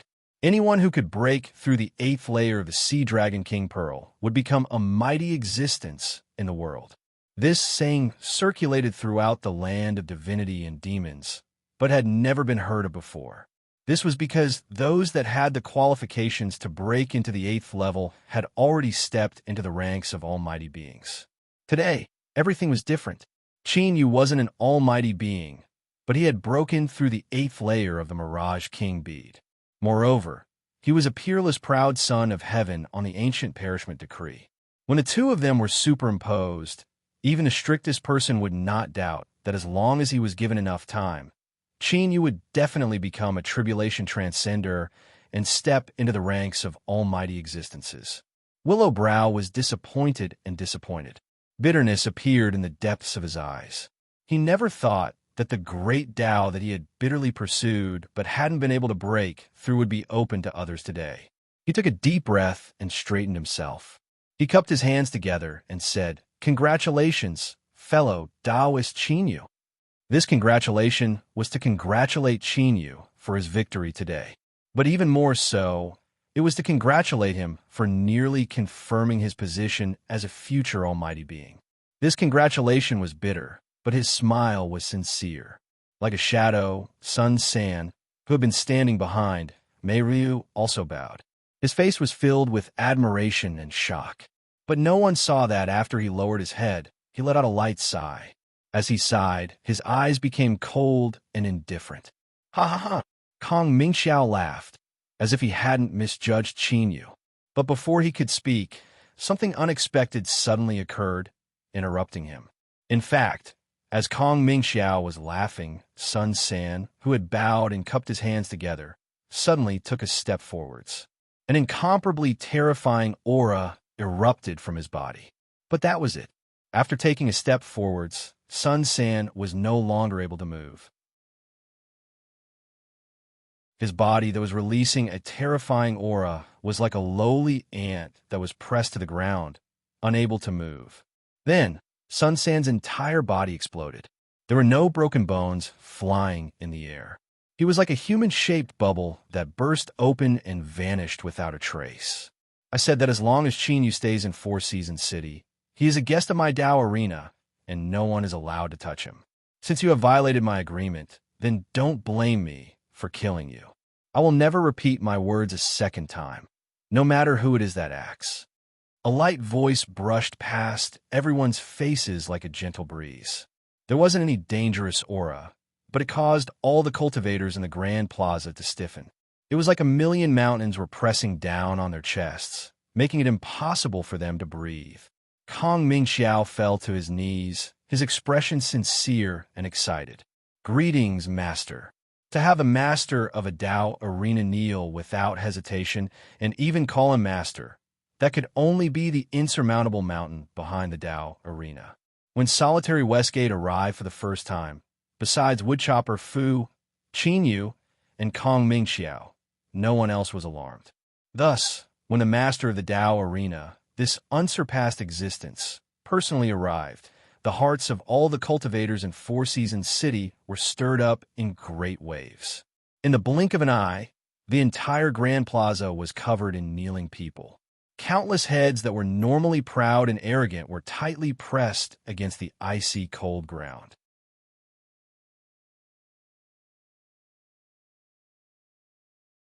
Chapter 460. From a certain point of view, the mirage bead was like a fruit that wrapped itself in layers upon layers of hard shells. Once one broke through its defenses, they would be able to savor its sweet juice to their heart's content. Spring, summer, autumn, winter, yin, yang, chaos, nothingness. This was the Mirage King Bead's defenses. When Qinyu broke through them all and reached the deepest layer, what appeared in front of him was the phantom of the Mirage King Bead. Qinyu didn't need any reminders to understand this. For instance, in a game where he could pass levels, he would obtain the reward he deserved. It was just that the Mirage King Bead had gone too far, so the reward was itself. Qinyu naturally wouldn't be polite. Moreover, this was something he deserved to begin with. His divine sense marked the Mirage King Bead phantom, and it trembled before shattering. Thus, the Mirage King Bead on the blue stone platform broke into countless pieces, turning into a cool strength that drilled into the point between his eyebrows and fused into his soul. There seemed to be a pained cough in his ears, but Qinyu didn't have the mind to pay attention to it. The cool strength that fused into his soul caused his consciousness to tremble and fall into a blank space. When Sun San attacked, his mind was in a blank state. It could be seen that all of this had been planned out beforehand, and the other party had already made all preparations to repair any possible accidents. Unfortunately, solitary Westgate's attack had crushed everything to pieces. Qinyu was still alive, so he could naturally enjoy the good fortune that the Mirage King Bead brought him. At this time, his soul shivered and he instinctively cheered in excitement. He absorbed the Mirage King Bead's strength with all his strength, constantly transforming and sublimating. This was an extremely mysterious feeling. In a trance, he didn't know how much time had passed. When he opened his eyes, a battle was occurring within his soul space. The two sides of the battle were a crescent purple moon above his soul and a pitch-black fog not too far away. They were like two wild beasts fighting for food, both wanting to monopolize the energy left behind by the Mirage King Bead that Qinyu hadn't absorbed yet. Purple moonlight condensed into a beam of light, seeming as if it were real as it swept towards the pitch-black fog. But as it approached, it was wrapped up by countless black tentacles. The beam of light and the black tentacles seemed to have diametrically opposed attributes of strength. Wherever they came into contact, there was a sizzling sound of corrosion. The beam of light shook, but it couldn't break free of the black tentacles' imprisonment. But the black tentacles also couldn't cause any true damage to the beam of light. The two sides were in a deadlock, but they did not stop at all. As they devoured the Mirage King Pearl's energy, wisps of energy were absorbed by both sides. As a result, the purple moon grew brighter, and its volume seemed to increase a little. The pitch-black fog did not change at all, but its color became deeper and denser.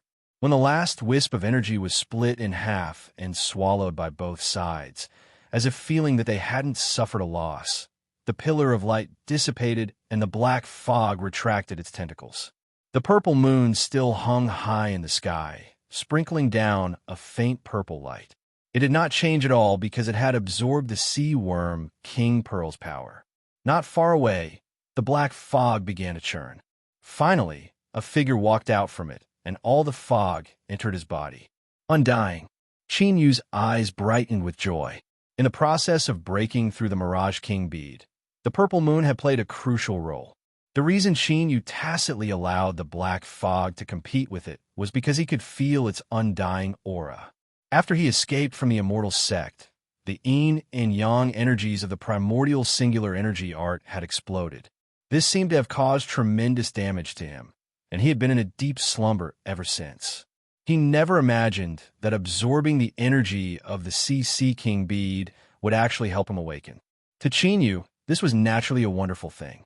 At the very least, with Undying's awakening, he would have another life-saving card in his hand. Undying still had a featureless face, but he was always able to express the rich emotions in his heart. I've suffered a great loss. I've really suffered a great loss this time. It was easy to imagine a pained expression on his face. Qin Yu smiled. I will naturally remember the graciousness of saving my life. If there's a chance in the future, I will definitely make it up to you. Undying nodded with satisfaction. Little Master, we'll happily agree on this. Although I just woke up, I'm still very tired. I won't speak anymore. I'm going to sleep some more. He turned and vanished from sight. Qin Yu's eyes flashed. Undying was someone he had unintentionally summoned. Even now, he still hadn't figured out his identity. But at the very least, it seemed that Undying didn't have any ill intentions towards him. As for the future, that was a matter for the future. There was no need to think too much about it. Time would naturally prove everything. Qin Yu smiled. He looked at the purple moon above his head and slowly closed his eyes. On the blue stone platform, Qin Yu's eyes flashed open, a sharp light flashing through them. He felt as if his condition had never been better. The energy of the Mirage King bead had helped his soul advance once more. The final flaw in Qin Yu's path to the Blue Sea realm had been patched up. He had a faint premonition that he would soon be able to naturally make a breakthrough. Mei Riliu was the first to step forwards, an apologetic expression on his face. Fellow Taoist Qin Yu, I am truly sorry. This city lord and Sun San have been master and servant for thousands of years, and I didn't know that he had been bought out by others. This time, this city lord will definitely investigate this matter thoroughly and give you an explanation. For someone of Sun San's status to betray him without hesitation and even risk his life to kill Qin Yu, even an idiot could guess just who was behind him. But Mei Riliu still said this. This was a matter of attitude. Of course, even if he investigated this matter for 10,000 years, he was doomed to not have any results. After Qin Yu regained consciousness, he knew everything that had happened. As he thought of that extremely polite and humble Sun San, he felt a chill in his heart. Who would have thought that he was actually someone from the immortal sect? It seemed that if he wanted to live in peace in the future, he would have to be even more cautious. Perhaps some passerby that walked past him would reveal their fangs in the next moment. At this moment, Qin Yu was enlightened. If he didn't want to fall into an endless cycle of assassination and slaughter, he had to do as the Tao Arena Master said and abandon his identity as Qin Yu. But right now, he was the focus of everyone's attention. It would be difficult for him to disappear without a trace. And even if he did disappear, he would attract the immortal sect's most terrifying search. Perhaps the best method was to have his identity as Qin Yu die. Moreover, in front of everyone's eyes, he would be publicly recognized as dead so that the immortal sect would feel relieved. Then, he would be able to escape like a cicada and grow in secret before plotting his future. Unfortunately, escaping like a cicada wouldn't be so easy. He would take a step first and see what happens next. All of this took a long time to describe, but in Qin Yu's mind, only a few thoughts raced. He looked up at Mei Ruliu and cupped his hands together. Lord City Lord, you speak too seriously. This matter has nothing to do with you. He stood up and bowed towards the Dao arena. Since that person didn't appear, it was clear that he didn't want to be associated with him. There was no need for him to say anything more. Kong Mingxiao laughed. Fellow Taoist Qin Yu, congratulations on your victory today. But there is something I must tell you. The Mirage King bee that you swallowed is now my treasure. He turned and said, Grandmaster Tao Yuan, do you have any objections to this? Tao Yuan's complexion paled. He looked as if he had swallowed 10 pounds of flies. His teeth creaked as he said, If you bet, you must accept defeat. With these words, he turned and walked away, not caring at all about his appearance. Anger was part of the reason, but even more so because of fear. Chu Taidu had lost, so he was naturally the first to suffer. Grandmaster Tao Yuan didn't care about being skinned, his tendons pulled out, and his bones turned to ash. Right now, his only thought was how to reduce the punishment he would receive as much as possible. Moreover, he couldn't stay in the Zhao Empire any longer. Today, he had clearly made his stance clear. If he didn't leave as soon as possible, then the wild dogs of the Demonic Path Shadow Division would be more than happy to quietly stab their shadowless blades into his neck. Immortals and demons coexisted in this world. This was a fact, but both sides wished for the other to die. This was something that had never changed since time immemorial. As the two most powerful and transcendent super influences in the land of divinity and demons, they were well aware that the other side would do everything in their power to place spies within each other's sphere of influence. To a certain degree, both sides tacitly agreed to this. This was because only when both sides knew what was going on would there be no unnecessary misunderstandings.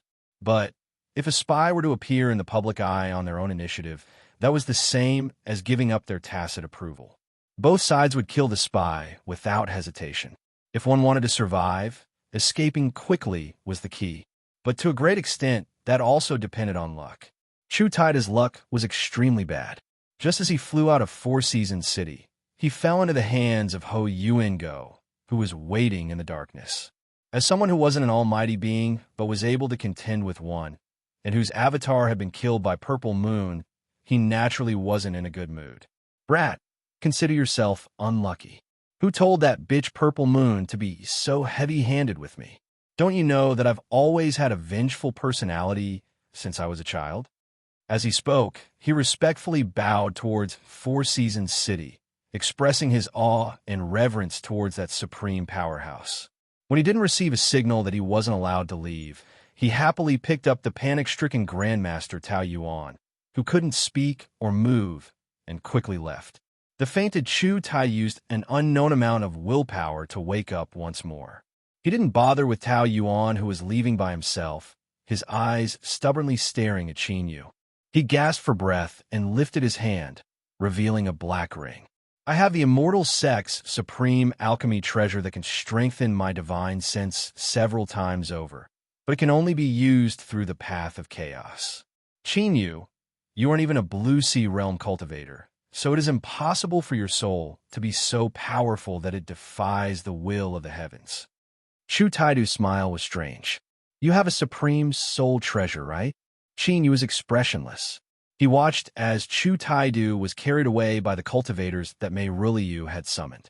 From start to finish, he didn't reveal any anger or any other negative emotions. Even if his thoughts were incomparably malicious towards a dead person, one still had to have a heart of tolerance. If there wasn't an accident, this should be the last time he saw the gasping Chu Taidu. Mei Riliu coughed and smiled, as if he didn't know that someone was about to die in the shadows. He straightened himself and loudly announced Qin Yu's victory along with Kong Mingxiao. The 10 supreme soul treasures that were the stakes of the bet were handed over to Qin Yu in front of everyone.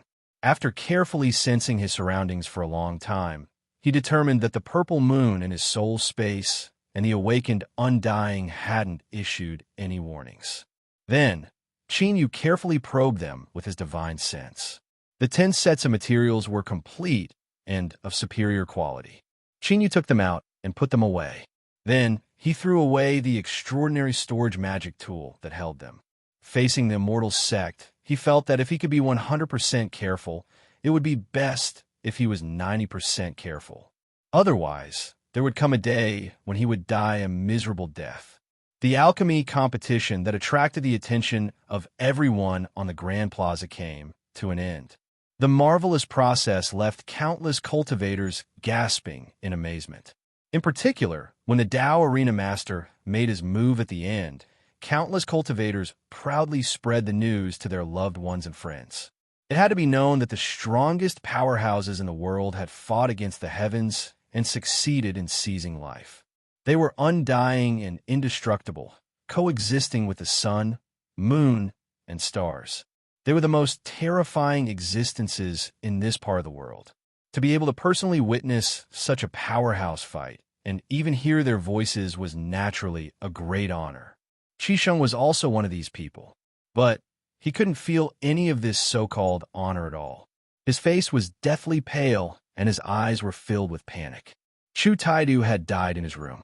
Although he had already expected this, he still felt an incomparable fear when all of this quietly occurred. But the black ring on Chu Taidu's finger was still there. The immortal sect would never forget this supreme alchemy treasure. This meant that they would come again. Qisheng stood in the magnificent Chu family residence, listening to the frightened cries of women in the rear courtyard. His body gradually turned cold. Even though there was a rare and dazzling sunlight sprinkling down from above, he couldn't feel the least bit of warmth. Fear gnawed at Qisheng's heart, but he had no way to vent it. Thus, the tiny blood vessels in his eyes began to rapidly fill with blood. A crazed and cruel aura began to emit from his body. Qisheng turned and left. Because of Chu Taidu's death, the entire Chu family had fallen into chaos and no one cared about him anymore. Breaking into the rear courtyard was a violation of the rules. As he arrived outside a gorgeous courtyard, Qisheng kicked open the doors and knocked out a maid whose eyes were red and swollen from crying. Then he grabbed a beautiful young woman with a pair of fox-like eyes and pressed her onto the bed. With a crisp, tearing sound, the rags were tossed to the ground. Qisheng picked up her slender and white legs and fiercely thrust forward. The woman miserably screamed, but she soon took the initiative. She wrapped her legs around Qisheng's strong waist and pulled him closer. It was as if only by doing this could she feel a trace of safety. At some unknown time, a guest had appeared in the room. He wore black robes and sat down at a round table. He even picked up a teapot and poured himself a cup of tea. After taking a sip, the tea seemed to turn cold. He shook his head and put down the teacup. He had done many things, but from beginning to end, the naked man and woman on the bed hadn't noticed him at all, as if he were nothing more than a shadow. After a long time, with a muffled groan, Qisheng lay down on the woman's body. Sweat slid down his sharp muscles and fell onto the woman beneath him, making their skin stick together. "Why didn't you resist?" Qisheng buried his head between her breasts, his voice low and muffled. The woman hugged his head with both hands and gasped for breath. "I knew you wanted me. I knew it from the first time you saw the old man. I didn't want to lie to you. The Chu family is finished, and I want to find someone to rely on. You are what I want." Qisheng smiled. "You're quite direct."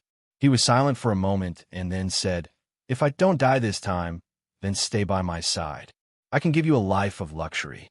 The woman seemed to be moved. Her hands wandered up and down his broad back. Qisheng's breathing gradually deepened.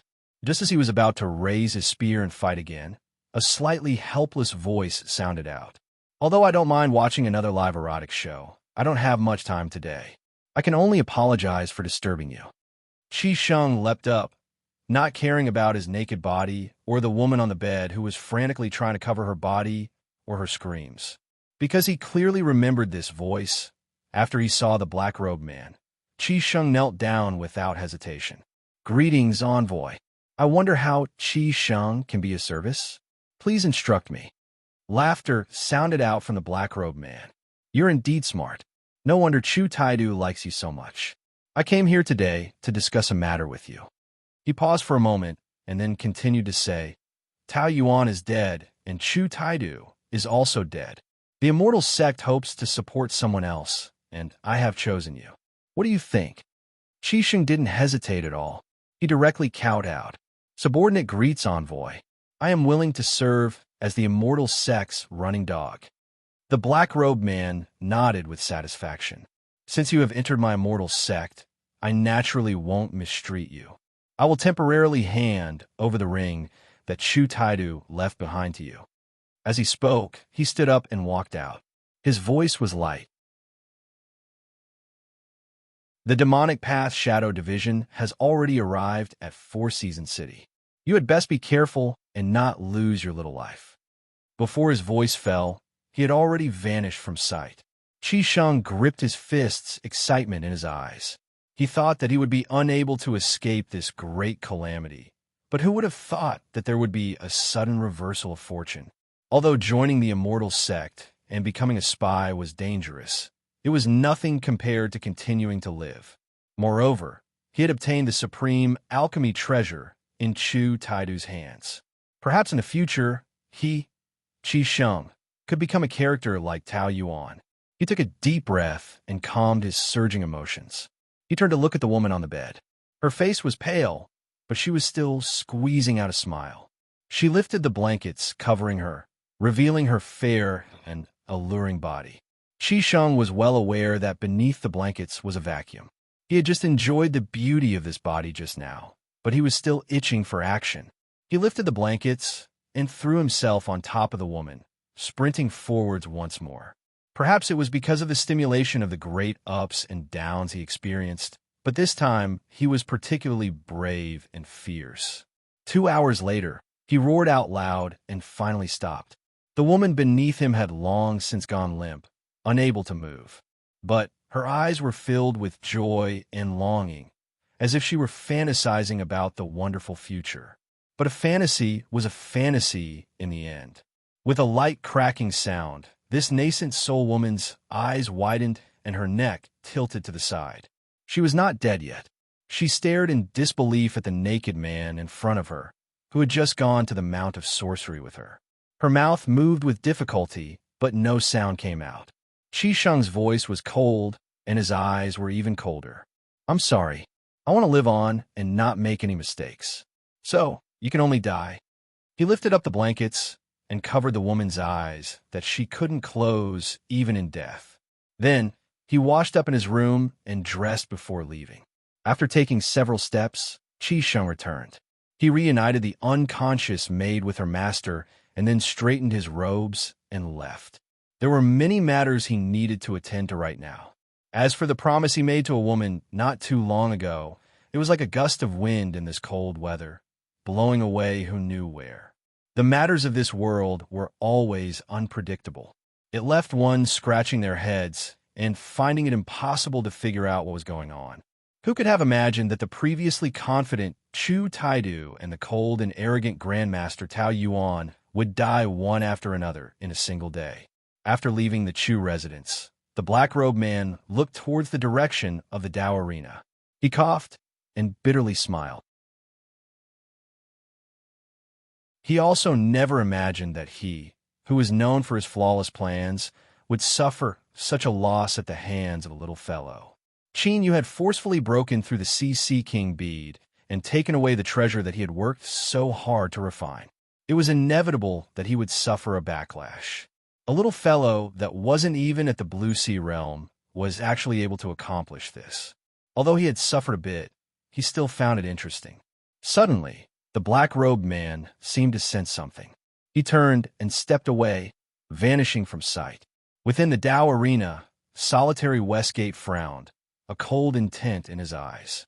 But after hesitating for a long time, he didn't chase after Chenyu. As he said before, he was dissatisfied with the immortal sect. But provoking the immortal sect wasn't a wise decision. So he could kill Sun San and not this one.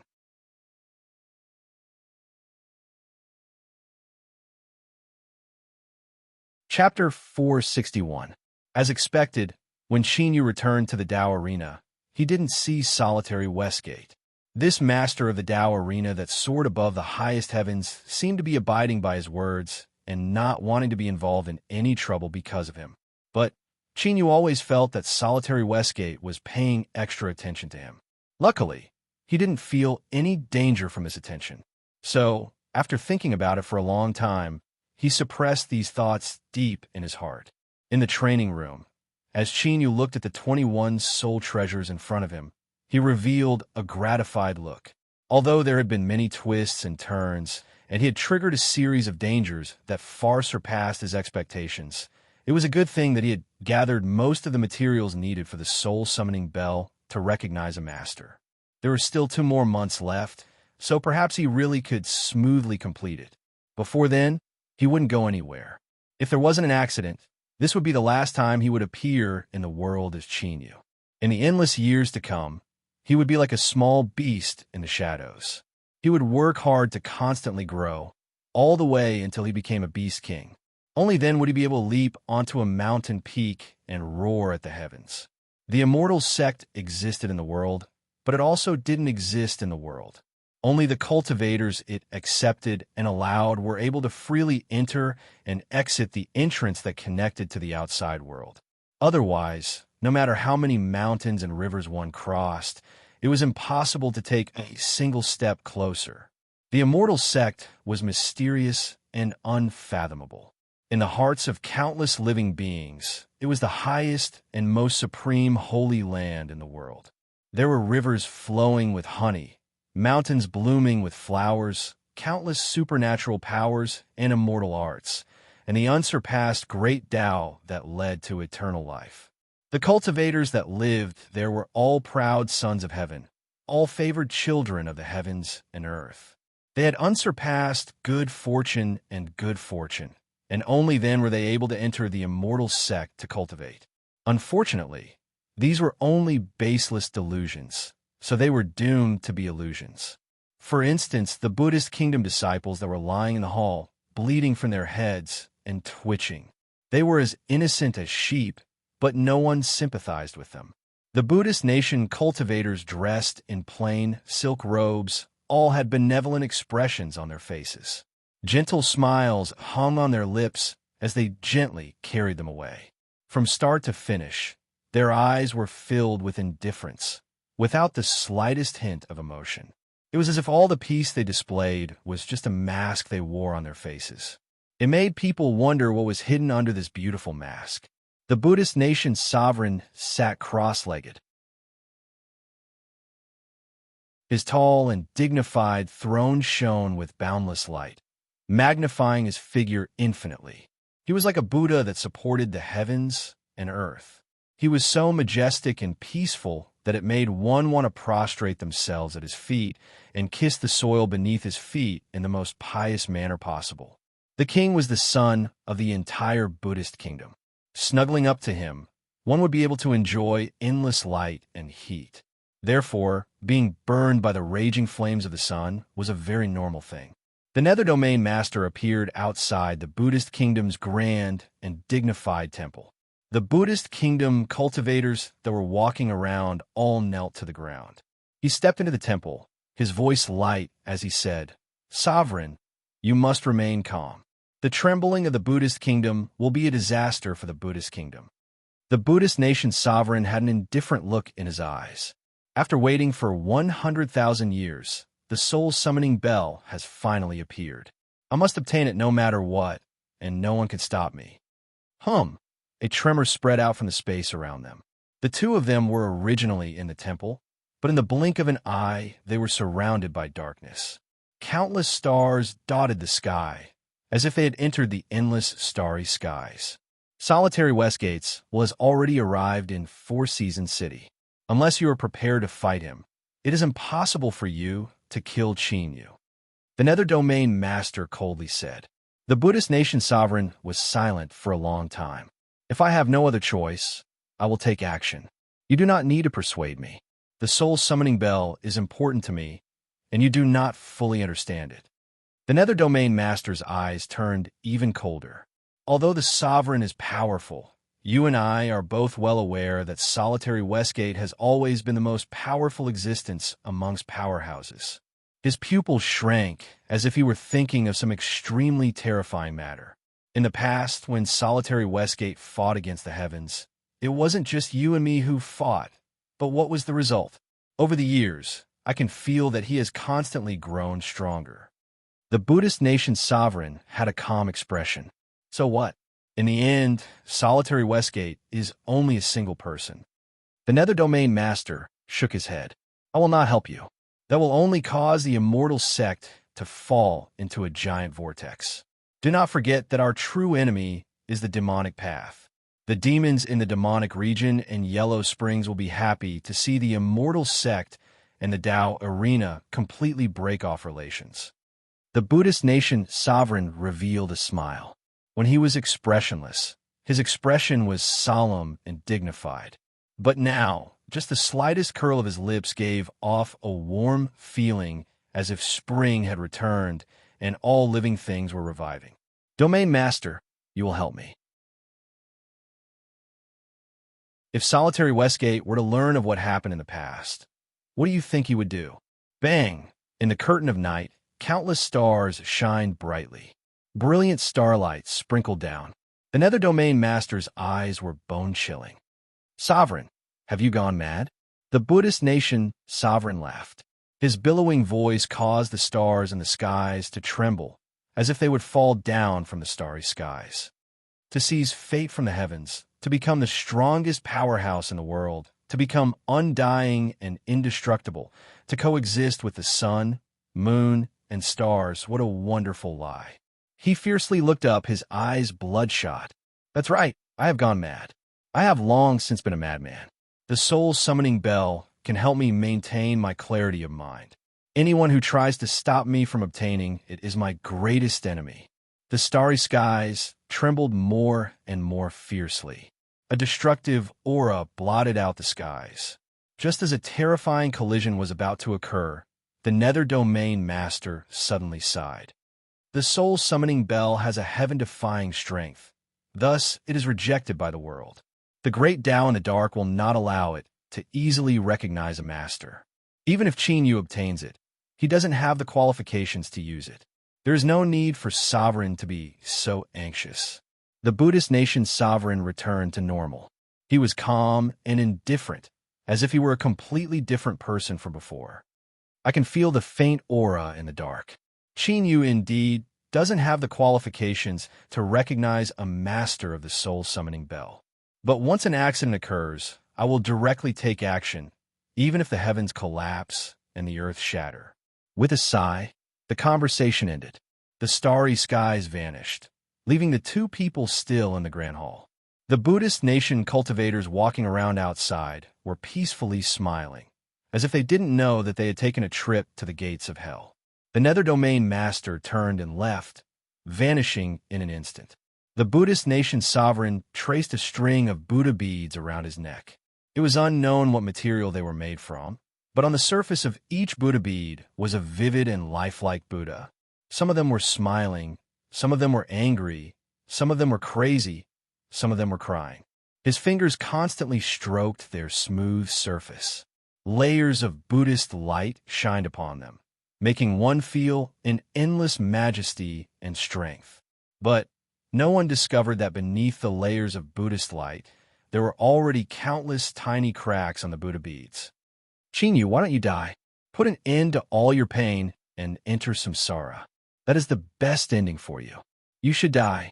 You must die, the Buddha whispered. His lips curved up in a smile once more. In that instant, the Buddha beads shined with a blinding light. The entire Grand Hall erupted with trillions of Buddhist lights. illuminating the entire Buddhist nation. The trillions of lives that lived in the Buddhist nation all fell to the ground, bathing in the warm Buddhist light. They devoutly kowtowed and prayed towards the towering mountain peak that pierced into the highest heavens. Qin Yu obtained the final victory and sent Chu Taidu to hell. This surpassed Ning Rufing's expectations, but it left him pleasantly surprised. This was because he saw in Qin Yu the hope of becoming a powerhouse. Little girl, hold on to Qin Yu tightly. Hold on to him no matter the cost. As long as he becomes the Ning family's son-in-law, our family will be able to completely turn around and become a true noble family of the demonic path. Ning Liang suppressed her shyness and asked herself if she wanted to capture Qin Yu. After obtaining a positive answer, she half-heartedly followed her grandfather's arrangements.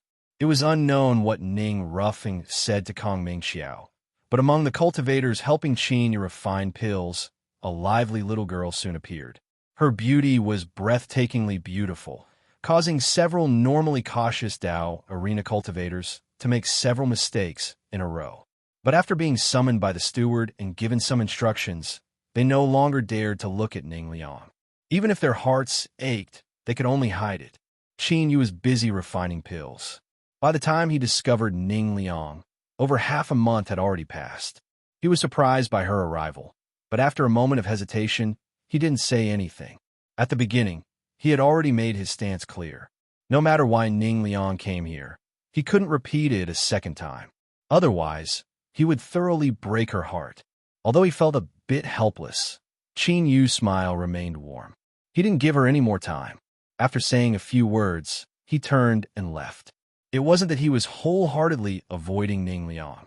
Right now, all of Qin Yu's efforts were focused on refining pills. Someone had offered him 3 sets of soul materials as a reward to refine an 8th-grade Saint Step pill. Although he had successfully refined a Saint-grade Dao querying pill, this was still a considerable challenge for Qin Yu. He couldn't afford to be careless in the slightest. Ning Liang didn't feel disappointed. This was because her grandfather had said that Qin Yu must have his own reasons for urgently seeking these soul treasures. She could completely understand why a man placed great importance on important matters. It was just that she didn't have the ability to help him. As for the jade box space, Qin Yu hadn't told the Ning family about it. One reason was because he didn't want them to bleed so that they wouldn't become enemies with each other. The second reason was naturally to distance himself from Ning Liang as much as possible, not wanting to have anything to do with her. Of course, the first reason was to protect the Ning family from being implicated by the immortal sect. Time passed day by day. Although Ning Liang could only occasionally see Qin Yu, she could feel that his mood was becoming increasingly poor. Every time they met, he would smile, but the reluctance in his smile caused Ning Liang's heart to ache. Finally, late at night, Qin Yu left his alchemy room. He didn't continue busying himself. He ordered people to prepare some food and wine, and after washing up, he picked up a pot of wine and looked up at the full moon above his head. Ning Liang hesitated for a long time. Then, she walked out from the shadows. She respectfully bowed and said, "Grand Authority Qin, is there something troubling you?" Qin Yu had already sensed her existence. He originally didn't want to say anything, but as he saw her face that resembled Ning Liang's, he paused and said, "You know that I've been collecting some treasures. Unfortunately, I've been busy for 4 months and stirred up a great deal of trouble, but in the end I've failed. So, my mood isn't too good right now." Ning Liang bit her lips. "Can I ask why Grand Authority Qin is collecting them?" Qin Yu drank a mouthful of wine and helplessly smiled. "I can't tell you the specifics. It's probably because there are some spirit insects in my possession that I need to use these treasures. Otherwise, some strength within their bodies will awaken and kill them. I won't hide it from you, but I've always told myself that the reason I'm in such a hurry to collect treasures is because I've spent far too much on these spirit insects. But the truth is that I just can't bear to do so. These spirit insects have been following me since a long time ago. Although they don't have much spiritual wisdom, they have saved my life. Moreover, they can remind me of friends that I haven't seen in a long time and that I might never see again." After drinking another mouthful of wine, Qin Yu shook his head. In short, there isn't enough time. I only have 4 months, but I'm missing one, the last one. Ning Liang hurriedly asked, "What are you missing?" She met Qin Yu's gaze and blushed. The Ning family has their own treasure house, and grandfather knows many people. Perhaps he can find it. Qin Yu's heart warmed.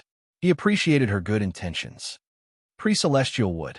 He paused for a moment and continued to say, according to the records, this is an extremely dazzling type of wood. It has the brightest colors and the most beautiful textures. It emits light in the darkness and bathes in the darkness beneath the light. Ning Liang tried to recall. Finally, she revealed a conflicted expression. I will tell grandfather and have him help you search for it. It's too late. I can feel that the strength within the spirit insects will soon awaken. Qin Yu laid down the wine jar. Perhaps they're doomed to die. Ning Liang blinked. Perhaps I can think of a way to suppress the awakening strength within the spirit insects. If I have more time, I can continue searching. Qin Yu shook his head. I've already tried. He had tried, but the result was naturally failure. Ning Liang knew that Qin Yu was a fierce person, far more formidable than she knew. But she hesitated for a moment and then said, Grand Authority Qin, do you know of the Equipment Sect? I heard grandfather say that the Equipment Sect has a supreme treasure that has been passed down since ancient times. It can suppress all things in the world. Perhaps it can help you. Qin Yu's eyes brightened. Equipment Sect? He whispered. He thought back to the 2 cultivators he had met in the Infinite Realm. They had only met once and hadn't even exchanged names. The Middle Mountain Nation's Equipment Sect. Ning Liang nodded again and again. That's right. Qin Yu bitterly smiled. The Middle Mountain Nation is too far away. Moreover, I don't have the means to leave as I please right now. Ning Liang waved her hand. There's no need to leave. The Equipment Sect is the most famous refining sect in the Qin and Zhao empires. They even have a shop in Four Seasons City. I heard grandfather say that the Equipment Sect's supreme treasure possesses an unfathomable strength. It can project a projection from trillions of miles away and similarly has the ability to suppress everything. Qin Yu's heart skipped a beat. If Ning Ruffin gave it such a high evaluation, then perhaps the Equipment Sect's supreme treasure really could suppress the undying will of the ancestral monster's remnant soul. As soon as this thought appeared, a sense of urgency rose in his heart. Miss Ning, could I trouble you to tell old Master Ning that I hope to obtain his help in borrowing the Equipment Sect's supreme treasure? Even if there was only a slight chance, Qin Yu was willing to try. Even if he failed in the end, he would have no regrets in the future. Ning Liang nodded. I will go look for grandfather now. Seeing her leave with a face full of joy, Qin Yu's eyes flashed with warmth. Then he felt a bit apologetic. But soon, these fluctuations in his mood calmed down. Equipment Sect? I met a disciple of that sect before, and that can be considered connection. I hope that they can really buy me some more time. Of the 36 different soul treasures, he was only missing the pre-celestial wood. No matter how broad-minded Qin Yu was, how could he be willing to give up? Ning Ruffin learned everything from Ning Liang. Although he was pleasantly surprised, he also had a headache. He did know that the Equipment Sect had a supreme treasure, but when that Equipment Sect elder woke up from his drunken stupor, he had nearly turned hostile. Ning Ruffin had sworn that he wouldn't reveal it, and it was only because of their many years of friendship that the other party had reluctantly believed him. Many years ago, when Ning Liang's cold poison flared up, he had told her this story in hopes that it could distract her mind and alleviate her pain. But he never imagined that this little girl would remember it so clearly and even tell Qin Yu about it. Ning Ruffin was well aware that Qin Yu's performance was becoming increasingly dazzling. Although his own granddaughter was beautiful, the Ning family didn't have any heavyweight backing. The sign of a demonic path, noble family? If Qin Yu wanted to, there would be a massive number of tyrannical demonic path noble families and even demonic path elders that would be willing to give their most beautiful treasures to him. From Ning Liang's words, it wasn't hard to see just how much Qin Yu valued the spirit insects. If the Ning family could help him avoid any losses, that would be no small favor. Perhaps they could even help this little girl Ning Liang move Qin Yu's heart.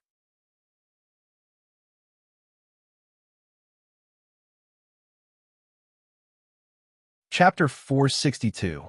In order to avoid unnecessary trouble, Qin Yu took off his black robes and put them back on. Then, he quietly left the Dao arena to meet with Ning Rufeng and Ning Liang. Old Master Ning, I'll have to trouble you. Ning Rufeng calmly smiled. Grand Authority Qin, there is no need to speak so seriously. You saved this girl's life, and my Ning family has always been grateful for this. I am more than happy to help you. He hesitated for a moment, as if he wanted to say something, but hesitated. Qin Yu cupped his hands together. Old Master, providing information is already a great favor. I don't dare to ask for more. It would be best if I could borrow the treasure today. Even if I fail, I won't blame you. Ning Rufeng had an awkward expression, but he let out a long breath of relief. I thank Grand Authority Qin for understanding.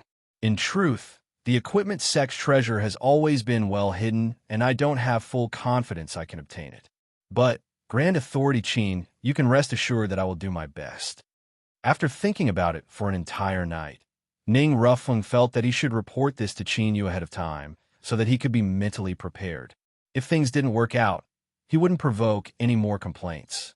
Qin Yu's response left him feeling more at ease. Without saying anything else, the three of them boarded the Ning family speed car. After it started up, it flew straight towards the equipment sect's property in Four Seasons City. Ning Rufeng was an old and wise man. Even though Ning Ling had her head lowered and didn't speak, the atmosphere in the car was still harmonious. Although Qin Yu wasn't in the mood to speak, he didn't feel annoyed either. After a moment, the speed car stopped. They stood in front of a majestic and magnificent shop's lobby. A rich and overbearing aura immediately rushed out. Ning Rufeng smiled. The equipment sect has become increasingly extraordinary these past years. They made a great deal of money, and their influence has spread far and wide. I heard that they're already preparing to expand into the Yin and Qi empires. Qin Yu's eyes flashed. As long as the equipment sect agrees to lend it to me, I will give them a satisfactory reward. He could naturally hear this reminder. Ning Rufeng praised inwardly. Qin Yu was truly a smart person. The Ning family could help build bridges and even speak up for him, but Qin Yu had to provide the reward himself. Otherwise, if the Ning family were to do so, that would be the same as naked flattery. How would Ning Ling be able to maintain her composure in front of him? Don't say too much for now. Wait until you see the person in charge. It won't be too late to make a request then. Ning Rufeng smiled apologetically and walked into Equipment Pagoda. That's right, the equipment sect store was called the Equipment Pavilion. Although it wasn't anything new, it wasn't weak. Ning Liang carefully fell a step behind. Qin Yu paused, and the two of them walked side by side. She carefully turned her head. Ning Liang's voice was full of apology. Grand Authority Qin, I'm sorry. I didn't know that grandfather also didn't have the confidence to borrow the treasure. She was well aware of how much Qin Yu valued those spirit insects. He had given them hope in a hopeless situation, but now that hope had been taken away, that in itself was a great deal of harm. Qin Yu smiled. The Ning family provided me with help. Do you think I will feel resentment just because I can't borrow any treasures? Could it be that in Miss Ning's eyes, I, Qin, am so unbearable? Ning Liang panicked. Just as she was about to explain, she saw Qin Yu smile and point at the plaque of Equipment Pavilion. She immediately shut her mouth. She knew that Qin Yu wasn't angry and was only joking around. Even so, she still felt a bit sad in her heart. It seemed that the Ning family really didn't have any way to provide too much help to Qin Yu. She hoped that her grandfather would be able to smoothly help Qin Yu borrow the treasure this time. Ning Rufeng was the true sect master of the Ning family, and had even experienced the most glorious years of the Ning family. Once he was in charge, it wouldn't be an exaggeration to say that his aura was extraordinary. Although the background of Equipment Pavilion wasn't ordinary, when they opened their doors to do business, they naturally had to adhere to the principle that customers came first.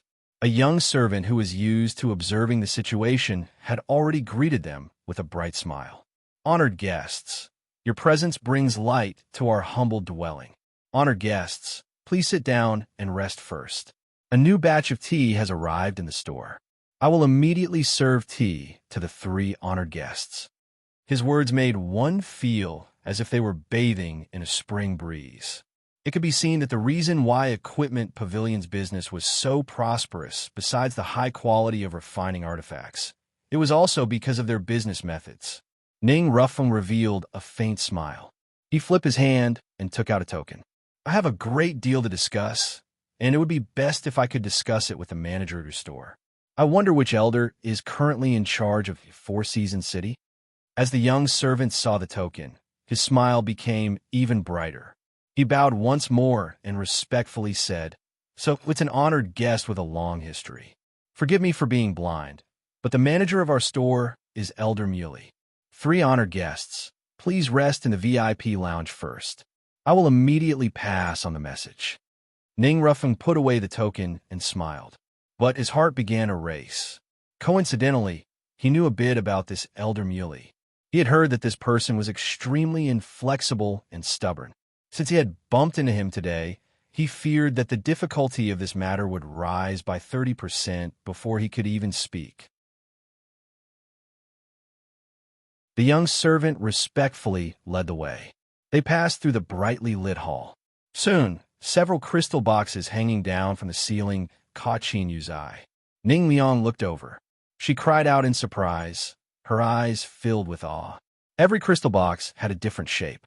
They were all carefully polished and curved, reflecting a dazzling brilliance beneath the light. But what attracted everyone's attention the most were the scales lying quietly in the crystal boxes. Every surface was engraved with countless runes that constantly flowed as if they had a mind of their own. Even though the crystal boxes isolated out all auras, just looking at them caused one's mind to suffer a mental suppression. It was like a terrifying beast had appeared in front of them, rearing its head back and roaring at the heavens. Ning Ruffung's eyes brightened. What a wonderful treasure! The young servant stopped.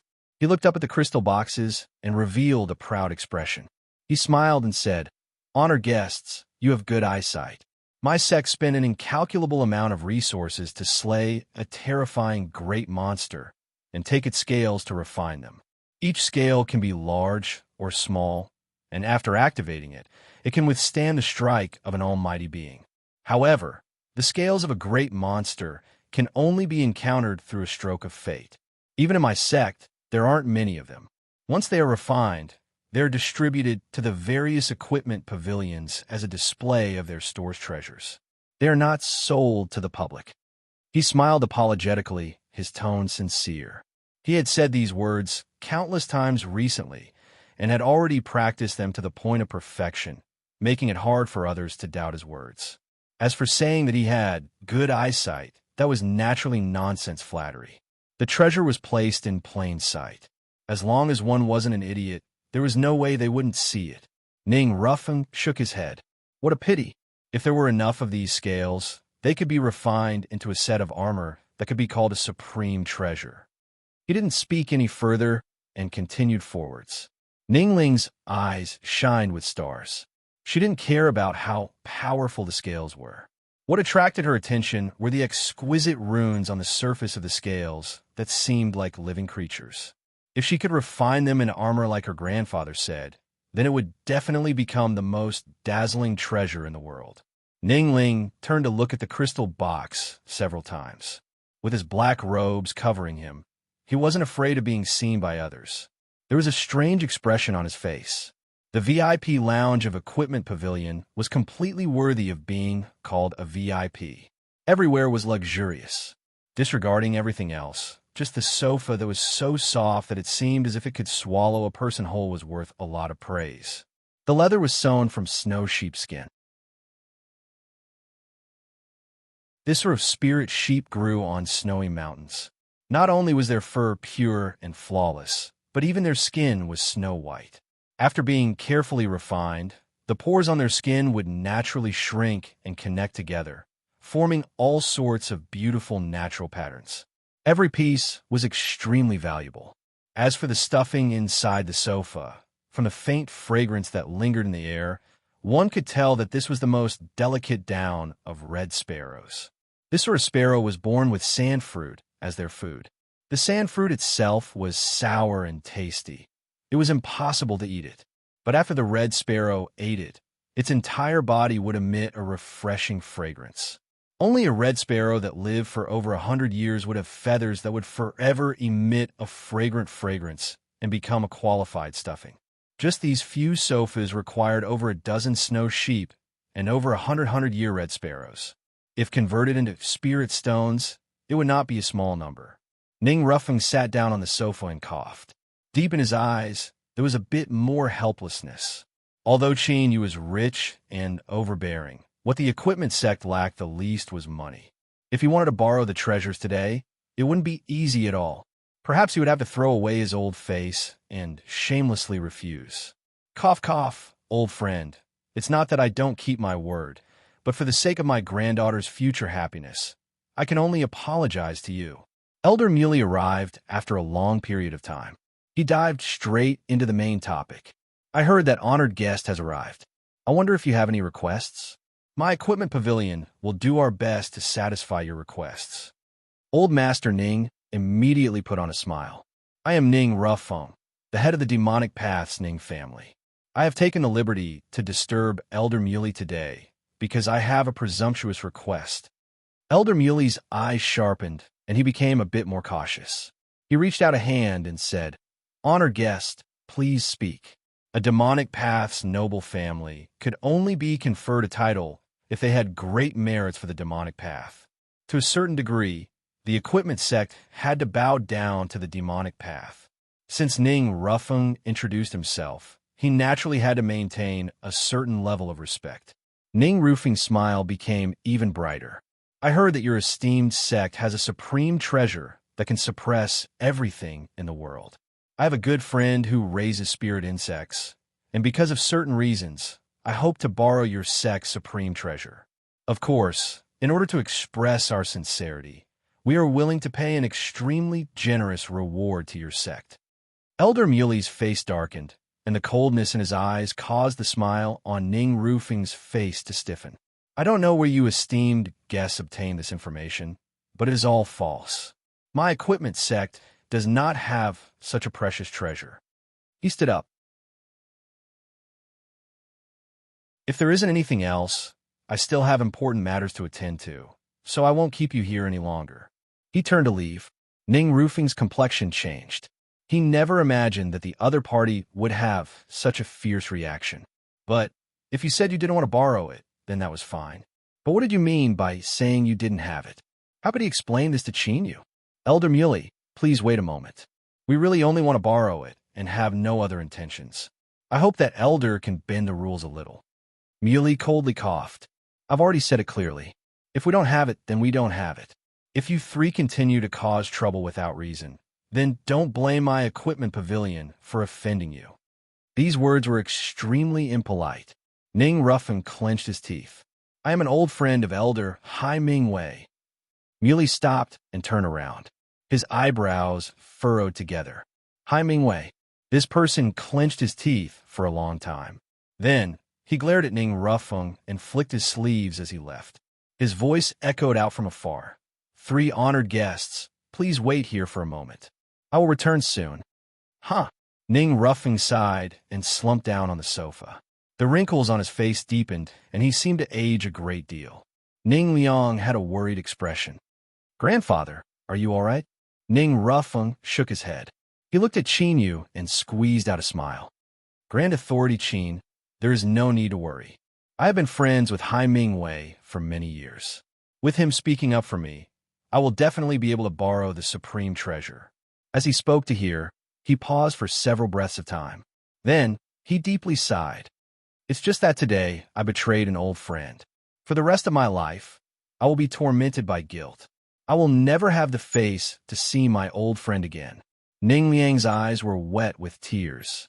She tightly grasped Ning Ruffeng's thin and wrinkled palm. She was moved but also felt a deep sense of guilt. In the end, the reason her grandfather did this today was all for her. Thinking of this, she couldn't hold back her tears any longer. They slid down her cheeks. Ning Rufeng praised her inwardly. This was truly his grandfather's good granddaughter. This assistance was excellent. It would surely be able to touch Qin Yu's heart. Brat, open your eyes wide and take a good look. My Ning family has never held anything back towards you. If you don't treat my granddaughter well, how can you feel at ease? Qin Yu's expression was solemn, and his heart was filled with helplessness. Although he had vaguely guessed that the reason why Ning Liang hadn't given up on him was likely because of old Master Ning, did he really need to put on such a show? Looking at old Master Ning's expression, he knew that the equipment sect had hidden their treasures very deeply. Since he came to borrow them, how could he not tell them how he obtained them? So, it was clear that Ning Rufeng had already expected this situation to occur before he came today. The reason why he appeared so sad was naturally to help Ning Liang. He wanted to express the Ning family's sincerity towards him and use this opportunity to move his heart. Of course, there was still some guilt towards his old friend, but the proportion shouldn't be too great. But even though Qin Yu could see all of this, he could only maintain his composure. He didn't dare to reveal anything. Otherwise, if he were to fall into the eyes of a silly girl like Ning Liang who had been kept in the dark, he feared he would break her heart. Moreover, no matter what he was thinking right now, it was an indisputable fact that Ning Rufeng had sold out his old friend.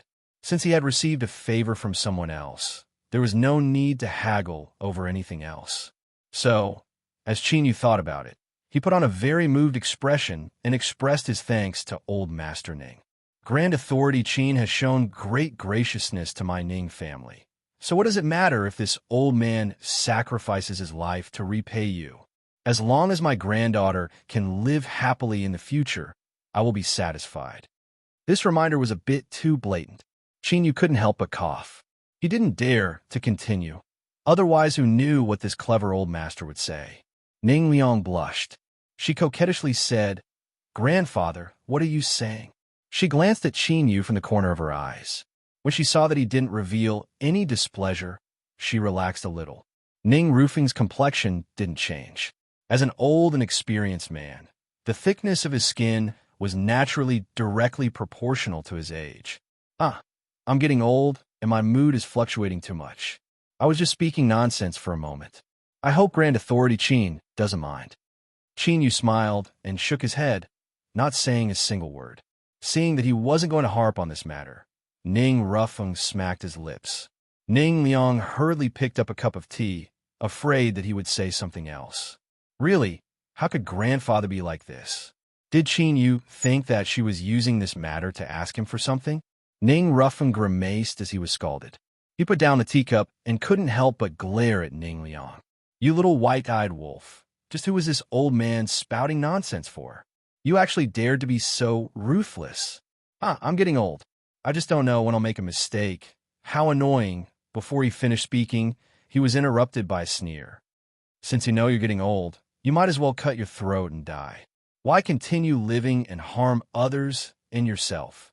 As the words harm others and oneself were spoken, the anger in the old man's mind flared up. Ning Rufeng's eyes widened, and he looked as if he had seen a ghost. With a whoosh, he shot up and stared at the door. His movements were smooth and unbelievably nimble. There wasn't even the slightest bit of weakness that he had displayed just now. Hashtag, hashtag, hashtag, hashtag.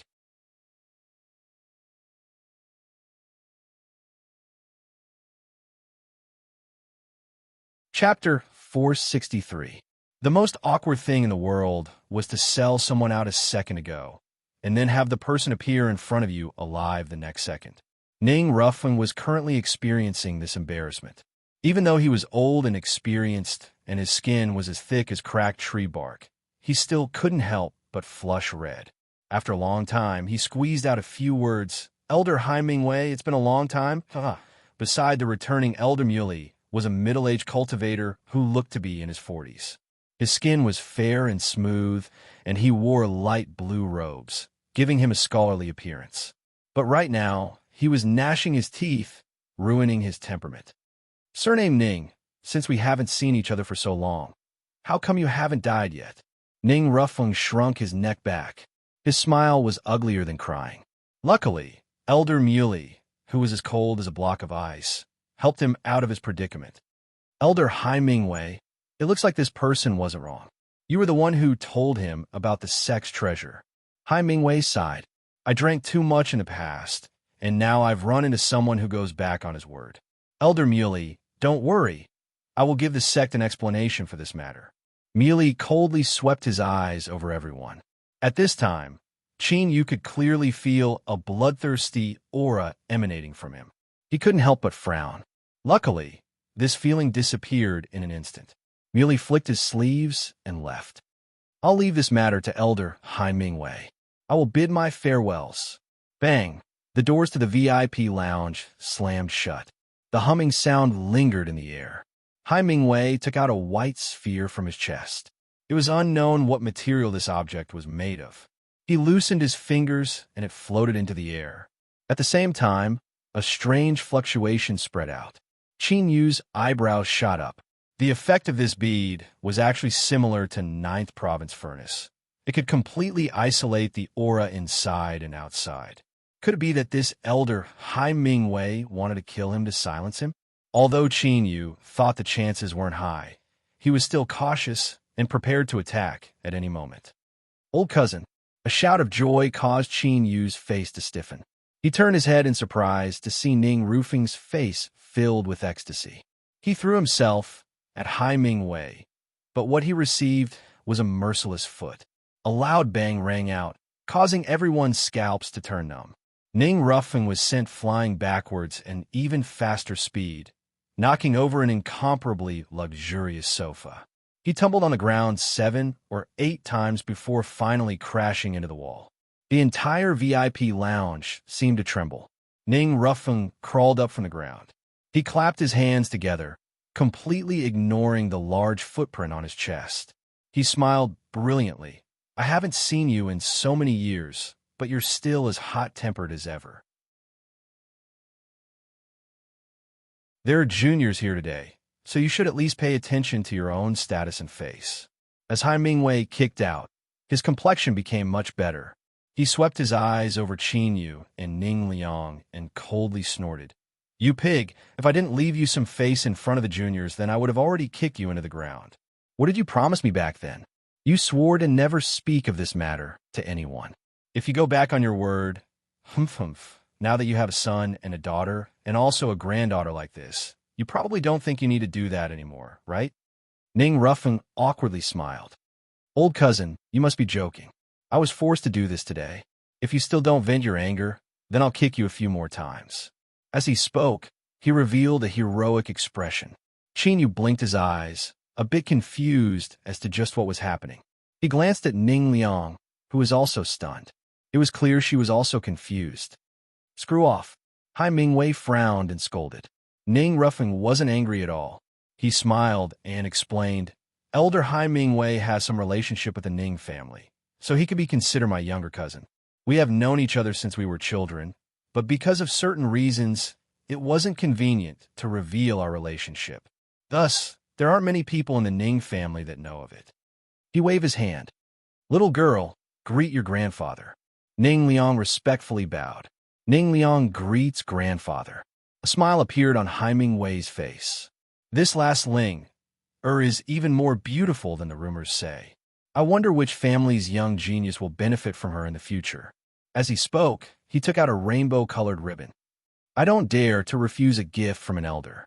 Accept it. Ning Liang shook her head. Today's matter has already involved grandfather, so we have already been disrespectful. Ning Liang doesn't have the face to accept your generous gift, but the equipment sex treasures are extremely important to us. Ning Liang asks grandfather to help us. Hai Mingwei shook his head. Since a gift has been given, there is naturally no reason to take it back. Even if you don't want it, I still won't help you in this matter. After a moment of hesitation, he said, Something happened in the sect recently. The situation was tense, and yet you all jumped out. Ning Rufing's complexion changed. Old cousin, what do you mean? Humph. Do you really think an empty, demonic path aristocratic family can scare people away? If it weren't for me expressing my willingness to take responsibility for this matter, do you think you would still be here? Hai Ming-wei coldly sneered. I might even be implicated in this matter. While I won't lose my position as an elder, I will still be suppressed for dozens of years. I won't be able to move again. Ning Rufing's complexion really changed. Is it really that serious? Hai Ming-wei lightly said, What benefit is there in lying to you?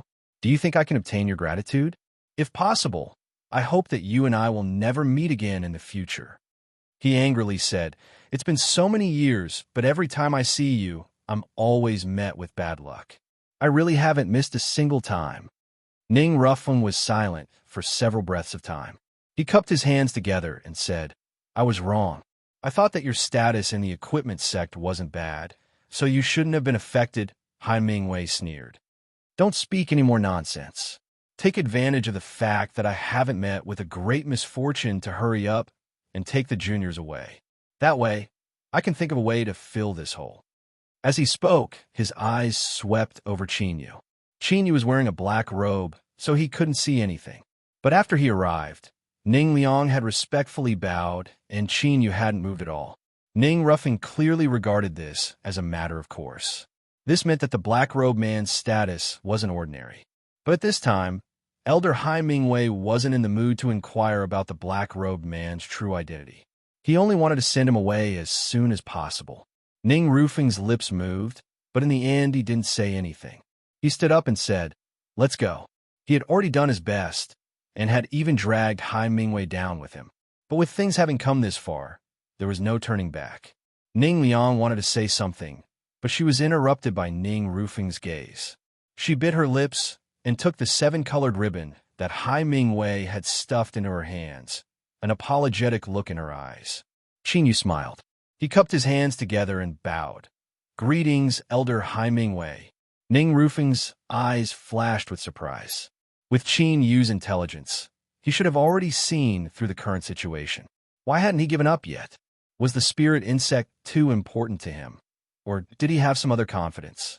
As he thought about Muley and Hai Ming-wei's performances, he shook his head inwardly and suppressed the second possibility. But in the current situation, it was nearly impossible to move the equipment sect to borrow a supreme treasure. Hai Ming-wei had a cold expression. Fellow Taoist, if you still want to borrow a treasure, then there is no need to say anything more. But I have a word of advice. It is best not to tell anyone else about what happened today. Otherwise, even if you are Ning Rufing's guest, I fear there will be great trouble. Qinyu smiled. Elder Hai, rest assured that this junior isn't here to borrow a treasure. I only have a question to ask. Speak. May I ask, Elder, the treasure hanging in the crystal box in the hall? Hai Ming-wei's eyes turned even colder. I'm sorry, but the cornerstone treasures of our store are not for sale. Any cultivator that entered Equipment Pagoda would be clearly informed of this matter. So how could this black-robed cultivator not know? He was trying to find something to say, and yet he still wanted to borrow the sect's treasure in a roundabout manner. He didn't like this sort of method of doing things. Qinyu calmly said, It's fine. I just thought that these scales looked familiar and wanted Elder Hai to help me appraise them. But since Elder Hai isn't interested, then I'll just say too much. He stood up and said, Old Master Ning, Miss Ning, let's go. Hold on. Hai Ming-wei's eyes brightened. Young man, you said that these scales look familiar. Could it be that you have some in your hands? Qinyu nodded, his attitude matter-of-factly. Hai Ming-wei coughed. Young man, you are a guest that Ning Rufing brought here. Although my equipment sect refuses to borrow a treasure, we aren't completely unreasonable. Today, I will make an exception and help you appraise it for free. Qinyu hesitated a bit. He shook his head and said, Forget it. Elder Hai's time is precious, so I shouldn't disturb you. As he spoke, he turned to leave. Hai Ming-wei's heart became increasingly restless. He couldn't help but glare at Ning Rufing, a threatening expression that said, If you keep watching, I'll make you pay. Cough. Ning Rufing said, Since Elder Hai has spoken, then let him help you appraise it. In this aspect, he is an authority. He nearly shouted out Qin Yu's name, but luckily he changed it at the last moment and vaguely brushed it off. Luckily, Hemingway's mind was completely focused on the scales in Qin Yu's hands, so he didn't notice this at all. At this time, he held his hands behind his back, as if he were some high and mighty expert. Qin Yu hesitated for a moment and then nodded. All right, then I'll have to trouble Elder Hai. With a flip of his hand, 3 millstone-sized scales fell to the ground with a clang. Hemingway was startled, but when his gaze fell on the 3 scales, it was as if they had taken root, and he couldn't pull them out. However, this excitement only lasted for a moment before Elder Hai composed himself. He frowned several times and then squatted down to touch them. His lips curled up. It only looked similar. These scales have a mediocre aura, and their quality is far inferior to the treasures of my sect. They can at most be considered medium-low-grade materials. Qin Yu nodded. He took out 3 more scales and threw them to the ground. Elder Hai, please take a look at these 3. Compared to the first 3 scales that had broken corners, these 3 scales were intact. Moreover, there seemed to be a bit more luster to them. Hemingway's heart shivered. He glanced at them several times and said, the quality isn't bad. It's much better than the first 3. They can barely be considered medium-grade materials. Qin Yu nodded. Then, Elder Hai, please take a look. Quang, quang, quang. The 3 scales that were thrown out this time were each the size of 2 millstones. Not only were they intact, but there were also countless exquisite patterns on their surface. Even though they hadn't been tempered, these patterns automatically emitted light. From afar, they looked like flowing waves. Hemingway's eyes widened. Although he roared in his heart that he had to remain calm, his voice still couldn't help but waver. These 3 scales aren't bad. They can be considered high-grade materials. If they were placed together with the first 6 scales, they could be refined into a breastplate. With his words, the equipment sect's reputation spread far and wide. As long as one wasn't an idiot, they would definitely climb up and ask the equipment pavilion to help them. This was what Hemingway was thinking. He even imagined that when he brought these 9 scales back to the sect, those old fogies would stare at him until their eyes nearly popped out of their sockets. Leak news of a treasure? Humph, that wasn't a problem at all. As for giving Qin Yu a high-grade breastplate, even if it was a full-body protective treasure, that wouldn't be a problem at all. Brat, hurry up and speak. As long as you open your mouth, I will definitely satisfy your request. Beneath Elder Hemingway's barely restrained gaze, Qin Yu thought for a moment and then flicked his sleeves, taking away the 9 scales. He shook his head and said, forget it. This junior doesn't lack a breastplate, so I might as well keep it. It might be useful in the future. He smiled and cupped his hands together. I've troubled Elder Hai. This junior will bid his farewells. You're not allowed to leave. Hemingway subconsciously shouted out. His eyes widened, and he was about to yell at Qin Yu to hand over the 9 scales. But just as he was about to speak, he remembered that these scales belonged to someone else to begin with. His face twisted, and he squeezed out a smile. I think these scales aren't bad. What use is there for a young man like you to keep them? How about you trade them to me, and I will definitely give you a satisfactory price. A sharp light flashed in Qin Yu's eyes. I'm sorry, but this junior has no intention of selling them. Hemingway was breathless with rage. What do you want? As soon as he spoke, he knew he was in trouble. The black-robed man fell silent, a faint smile on his face. Hemingway's heart shook, and he regained his composure. What a cunning brat. Had he been playing with him like a monkey all this time? His chest burned with anger. There was a treasure in front of him, but he couldn't take it. He clenched his teeth and shouted, Brat, if you want to use these 9 scales as a bargaining chip to borrow the sect's treasures, then there is no need to say anything more. His tone was firm and unquestionable. Qin Yu lightly said, This junior has more than 9 scales in his hands. Hemingway roared, That won't do, 19 scales. Delusional, 29 scales. Shut up. Brat, I'm warning you. The sect's treasures cannot be lent to outsiders. 39 scales. That's impossible. Just give up. 49 scales. 59 scales. Deal. The hair on Hemingway's forehead was soaked with sweat. His eyes were filled with fanaticism, as if he could burn a person to ashes. Brat of the 59 scales, give me at least 20 of them. Take out the last scale. Qin Yu smiled. This junior will give you 30. Hai Mingwei turned and walked away. His fierce expression made it seem as if he would ruthlessly tear apart anyone who tried to stop him. Ning Rufeng had a strange expression. Grand Authority Qin, these scales. Qin Yu smiled. Some years ago, I inadvertently ran into two large fellows fighting. Afterwards, they perished together, and I took advantage of the chance to pick up some scales. I never thought they would be so useful. Ning Rufeng, they fought and perished together. He looked at Qin Yu. Although he spoke casually, he didn't seem like he was trying to beat around the bush. He sighed inwardly and thought to himself that comparing goods was a waste, but comparing people was a waste. Qin Yu was truly worthy of being someone blessed by the heavens and earth. He was someone who sat on a great destiny. His luck was so good that it left one envious. Ning Liang's face was filled with joy. She wasn't too shocked because after experiencing all sorts of things, she had already become accustomed to Qin Yu's omnipotence. He was someone who could create miracles every time. Hai Mingwei left quickly and returned even faster. The incomparably cold and aloof elder muley was dragged around in a distressed state. But as Qin Yu took out a massive pile of scales, the doubt in his eyes turned into a complete fanaticism. He was even crazier than Hai Mingwei. I will apply to the sect right now, Muley savagely said. Hai Mingwei revealed a worried expression. I fear that the elders in the sect won't agree. Muley revealed a set of white teeth. They wouldn't dare. His eyes fell on the scales. With these, we can create the world's most formidable armor, one that will surely be passed down through the ages. This is my dream, and it is also the dream of all high-level refiners in the sect. Anyone who dares to stop us will be torn to shreds. He coldly looked at Qin Yu. Take good care of your scales and wait for our transaction. If anything happens, the equipment sect will not let you off.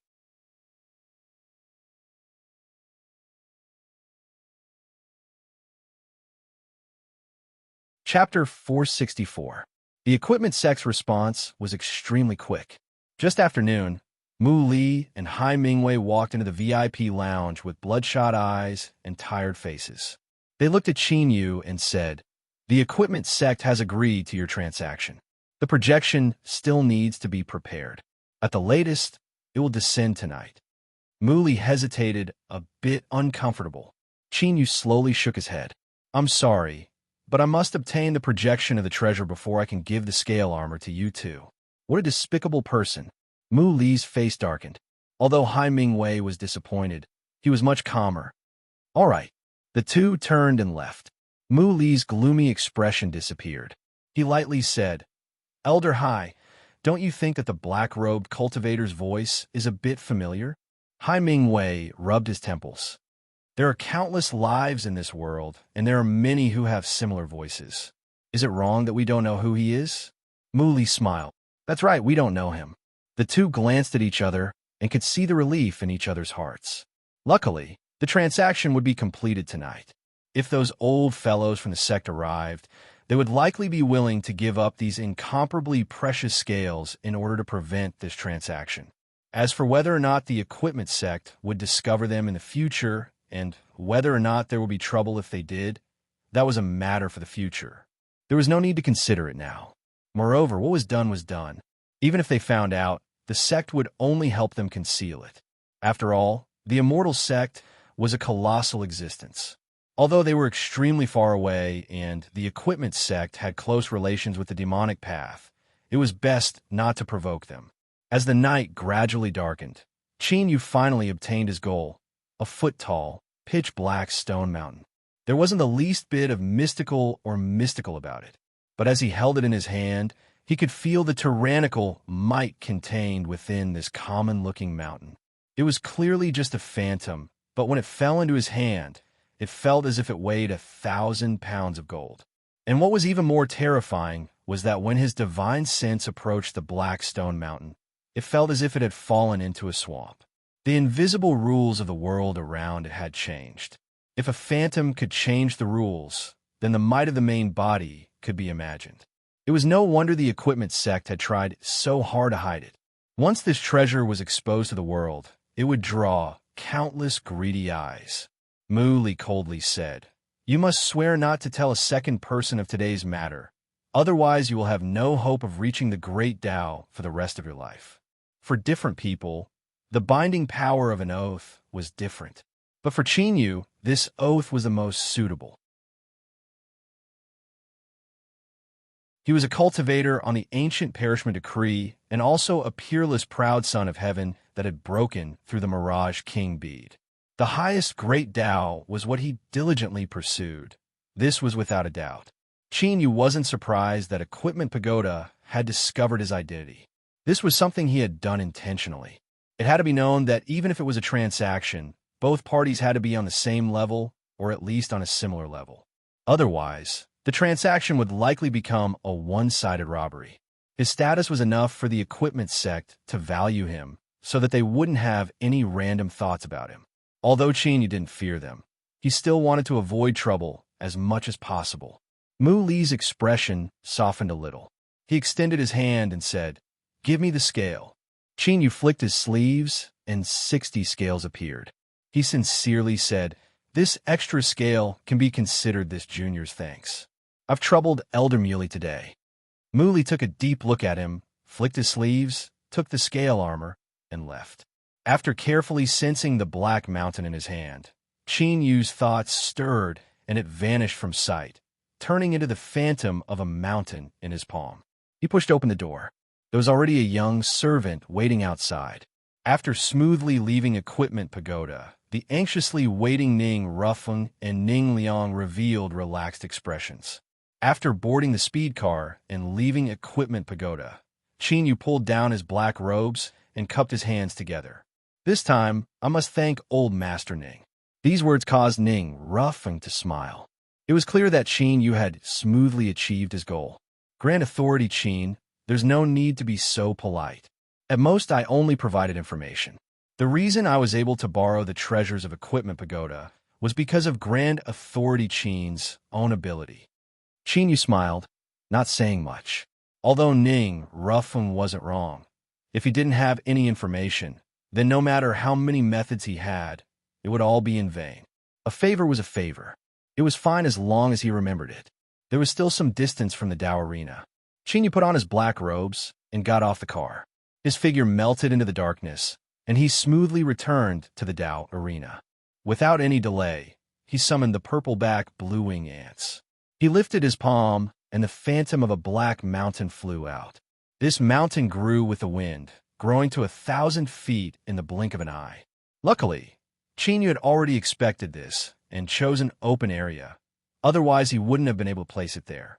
With a loud humming sound, the aura of the black mountain phantom erupted. In that instant, the rules of the world changed. Countless sealing strengths fell down like a torrential storm.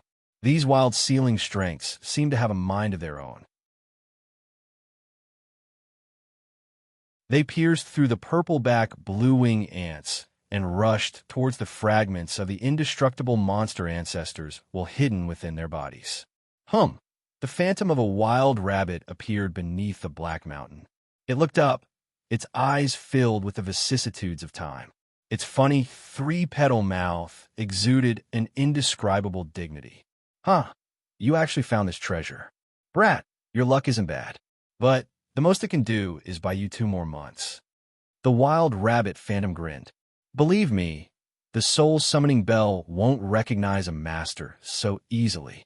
As the wild rabbit phantom finished speaking, it turned into motes of light that submerged back into the purple-back blue-wing ants.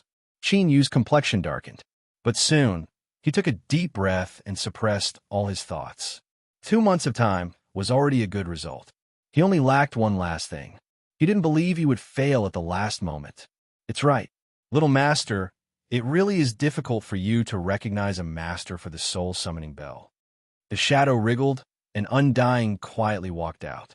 He looked up at the black mountain, a look of praise in his eyes. What a good treasure.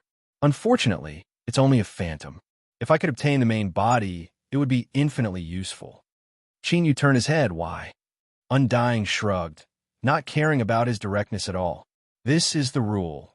The more heaven-defying the soul-summoning bell is, the more difficult it is to recognize a master. The so-called equivalent exchange, although not appropriate, is the general meaning. Qin Yu furrowed his eyebrows. But before he could think further, Undying continued to say, I didn't come out today to strike little master's confidence. Rather, there is an important matter. As your servant, I must warn you of my little master. His voice became dignified. Someone has set their eyes on you. On the way back to the Tao arena, they hid themselves very well, almost even deceiving me. Qin Yu's heart chilled. Who is it? I don't know. I only sensed a trace of the aura left behind by that person. But there is one thing I'm sure of, and that is that this person is very, very strong. Little Master, there is no way you can resist him.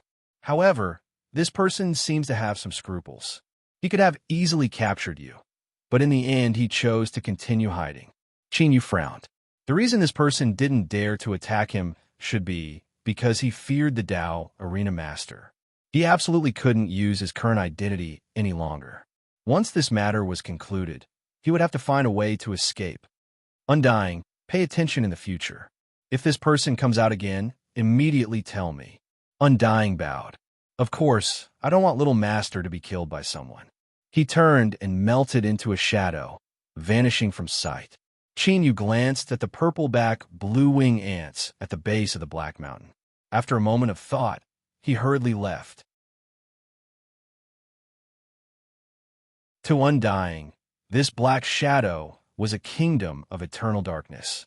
He was this deathly still, without the least bit of life, the king of this kingdom. At this time, Undying was sitting on a throne condensed from pure darkness aura. He placed a hand on his forehead, as if he were thinking about something. After a long time, he sighed. With a flick of his sleeves, the darkness began to tumble about, calmly parting to the sides, revealing stone steps that led to who knew where. Undying walked down the stone steps. They were very, very long. After an unknown period of time, a magnificent underground palace appeared in front of Undying. This palace was empty except for an altar condensed from the power of darkness.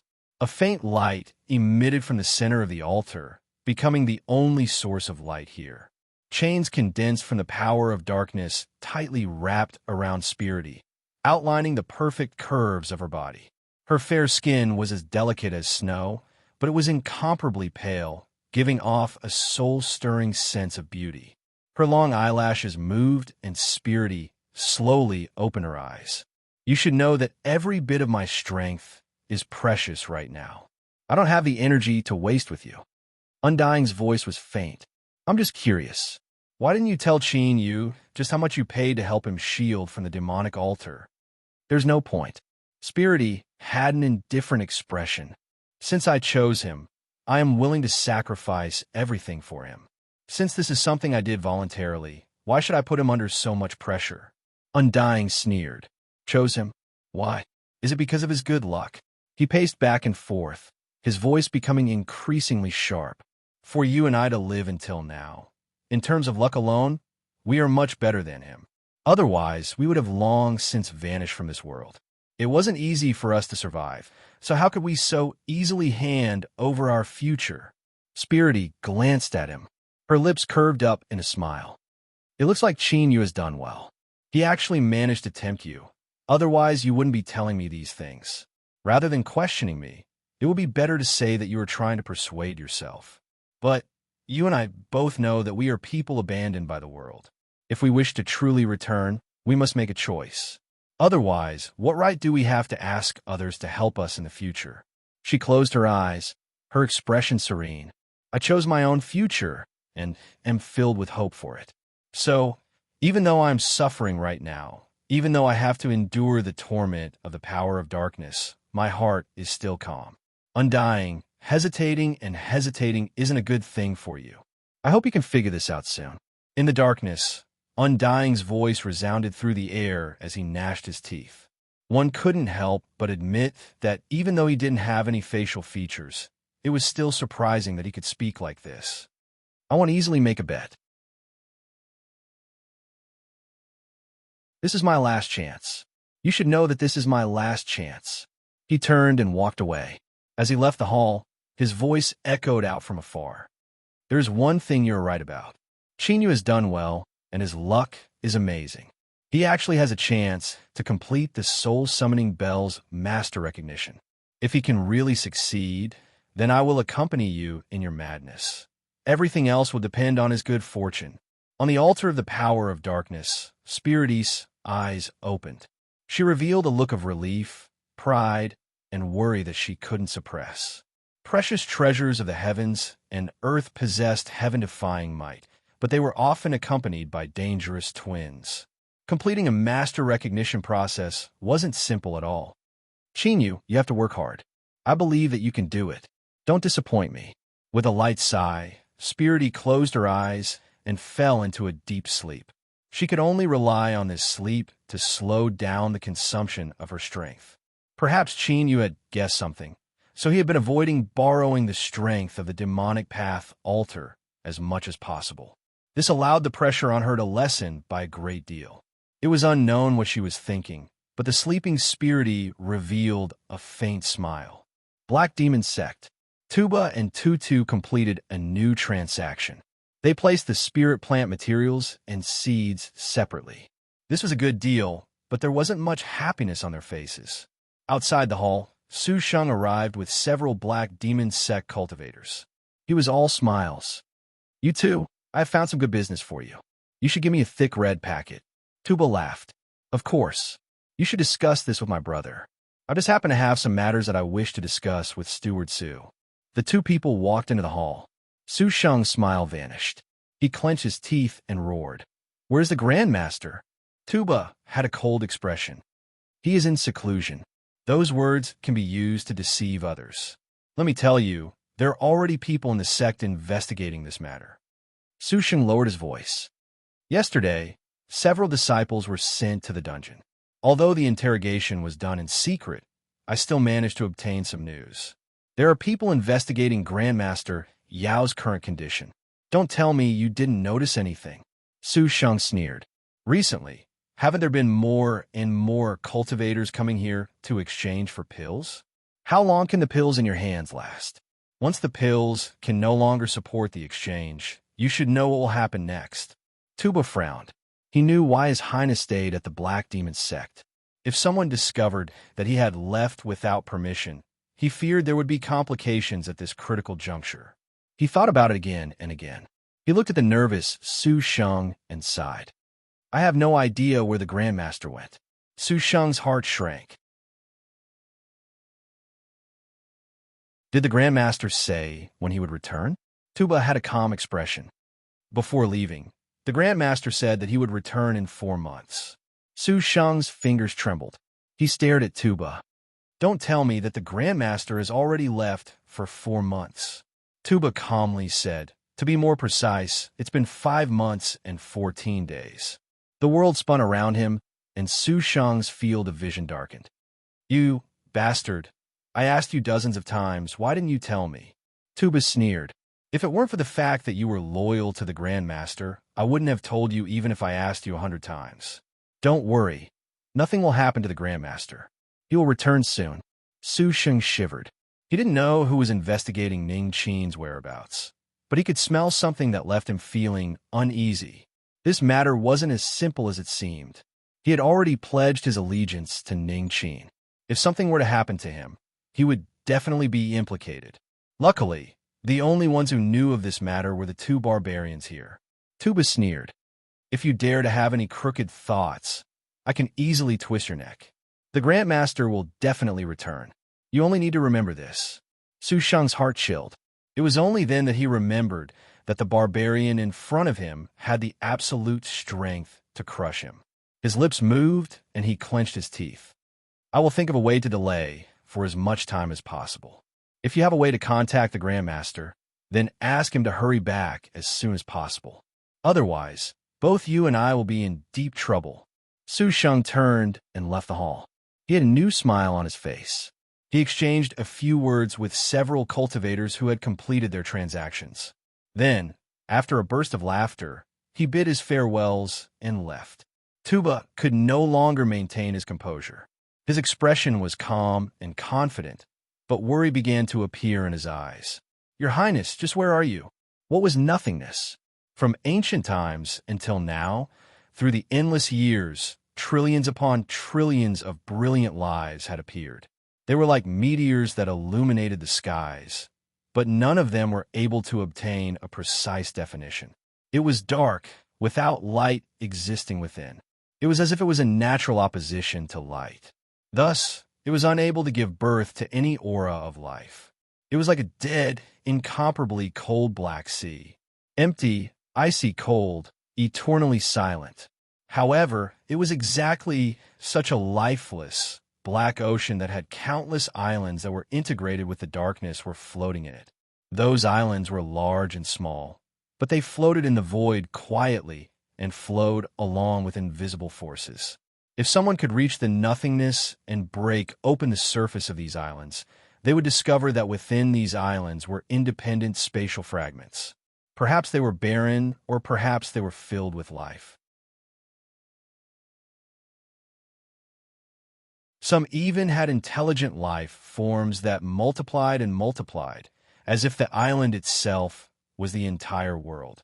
Within a medium-sized island, the sun hung high in the sky. Warm sunlight gently sprinkled down on the earth. A stalk of green grass stood at the end of one's line of sight. It was so tall that a single leaf seemed capable of covering the skies. The golden veins gradually turned purple. They were translucent, like some sort of jade. They seemed warm and translucent, but they emitted a heaven-shaking and earth-shattering aura. It was as if a single leaf of grass could tear apart the heavens and earth, could shatter stars. It was just that this tyrannical grass was like a guard right now. It stretched out its body, not allowing its leaves to block the sunlight that sprinkled down from above. Beneath its gaze was an endless medicinal field. Countless precious spiritual plants grew within like weeds. A gust of wind blew past, bringing with it an intoxicating medicinal fragrance. Suddenly, somewhere in the medicinal field, the ground split open. A grass root drilled out, and the space in front of it suddenly fell into darkness. In this darkness, two thin branches grew at a speed visible to the naked eye.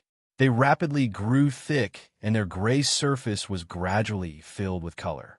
Although these fine textures seemed chaotic and without any order, there was an indescribable beauty to them. It was as if this world was like this, as if it was only natural for it to be like this. The grass roots swayed back and forth in a daze. Its intuition told it that these two branches weren't ordinary, but it seemed to have grown from a root that its master had casually tossed in not too long ago. Did its master not know that this was a precious treasure? Swaying back and forth, the grass root fiercely suppressed the disrespectful thoughts in its heart towards its master. Its master was a supreme existence that possessed all benevolence and wisdom. How could he not know this? You're tuning in to the Warrior Lore YouTube channel. Don't forget to subscribe and join us on this journey to catch the most captivating stories.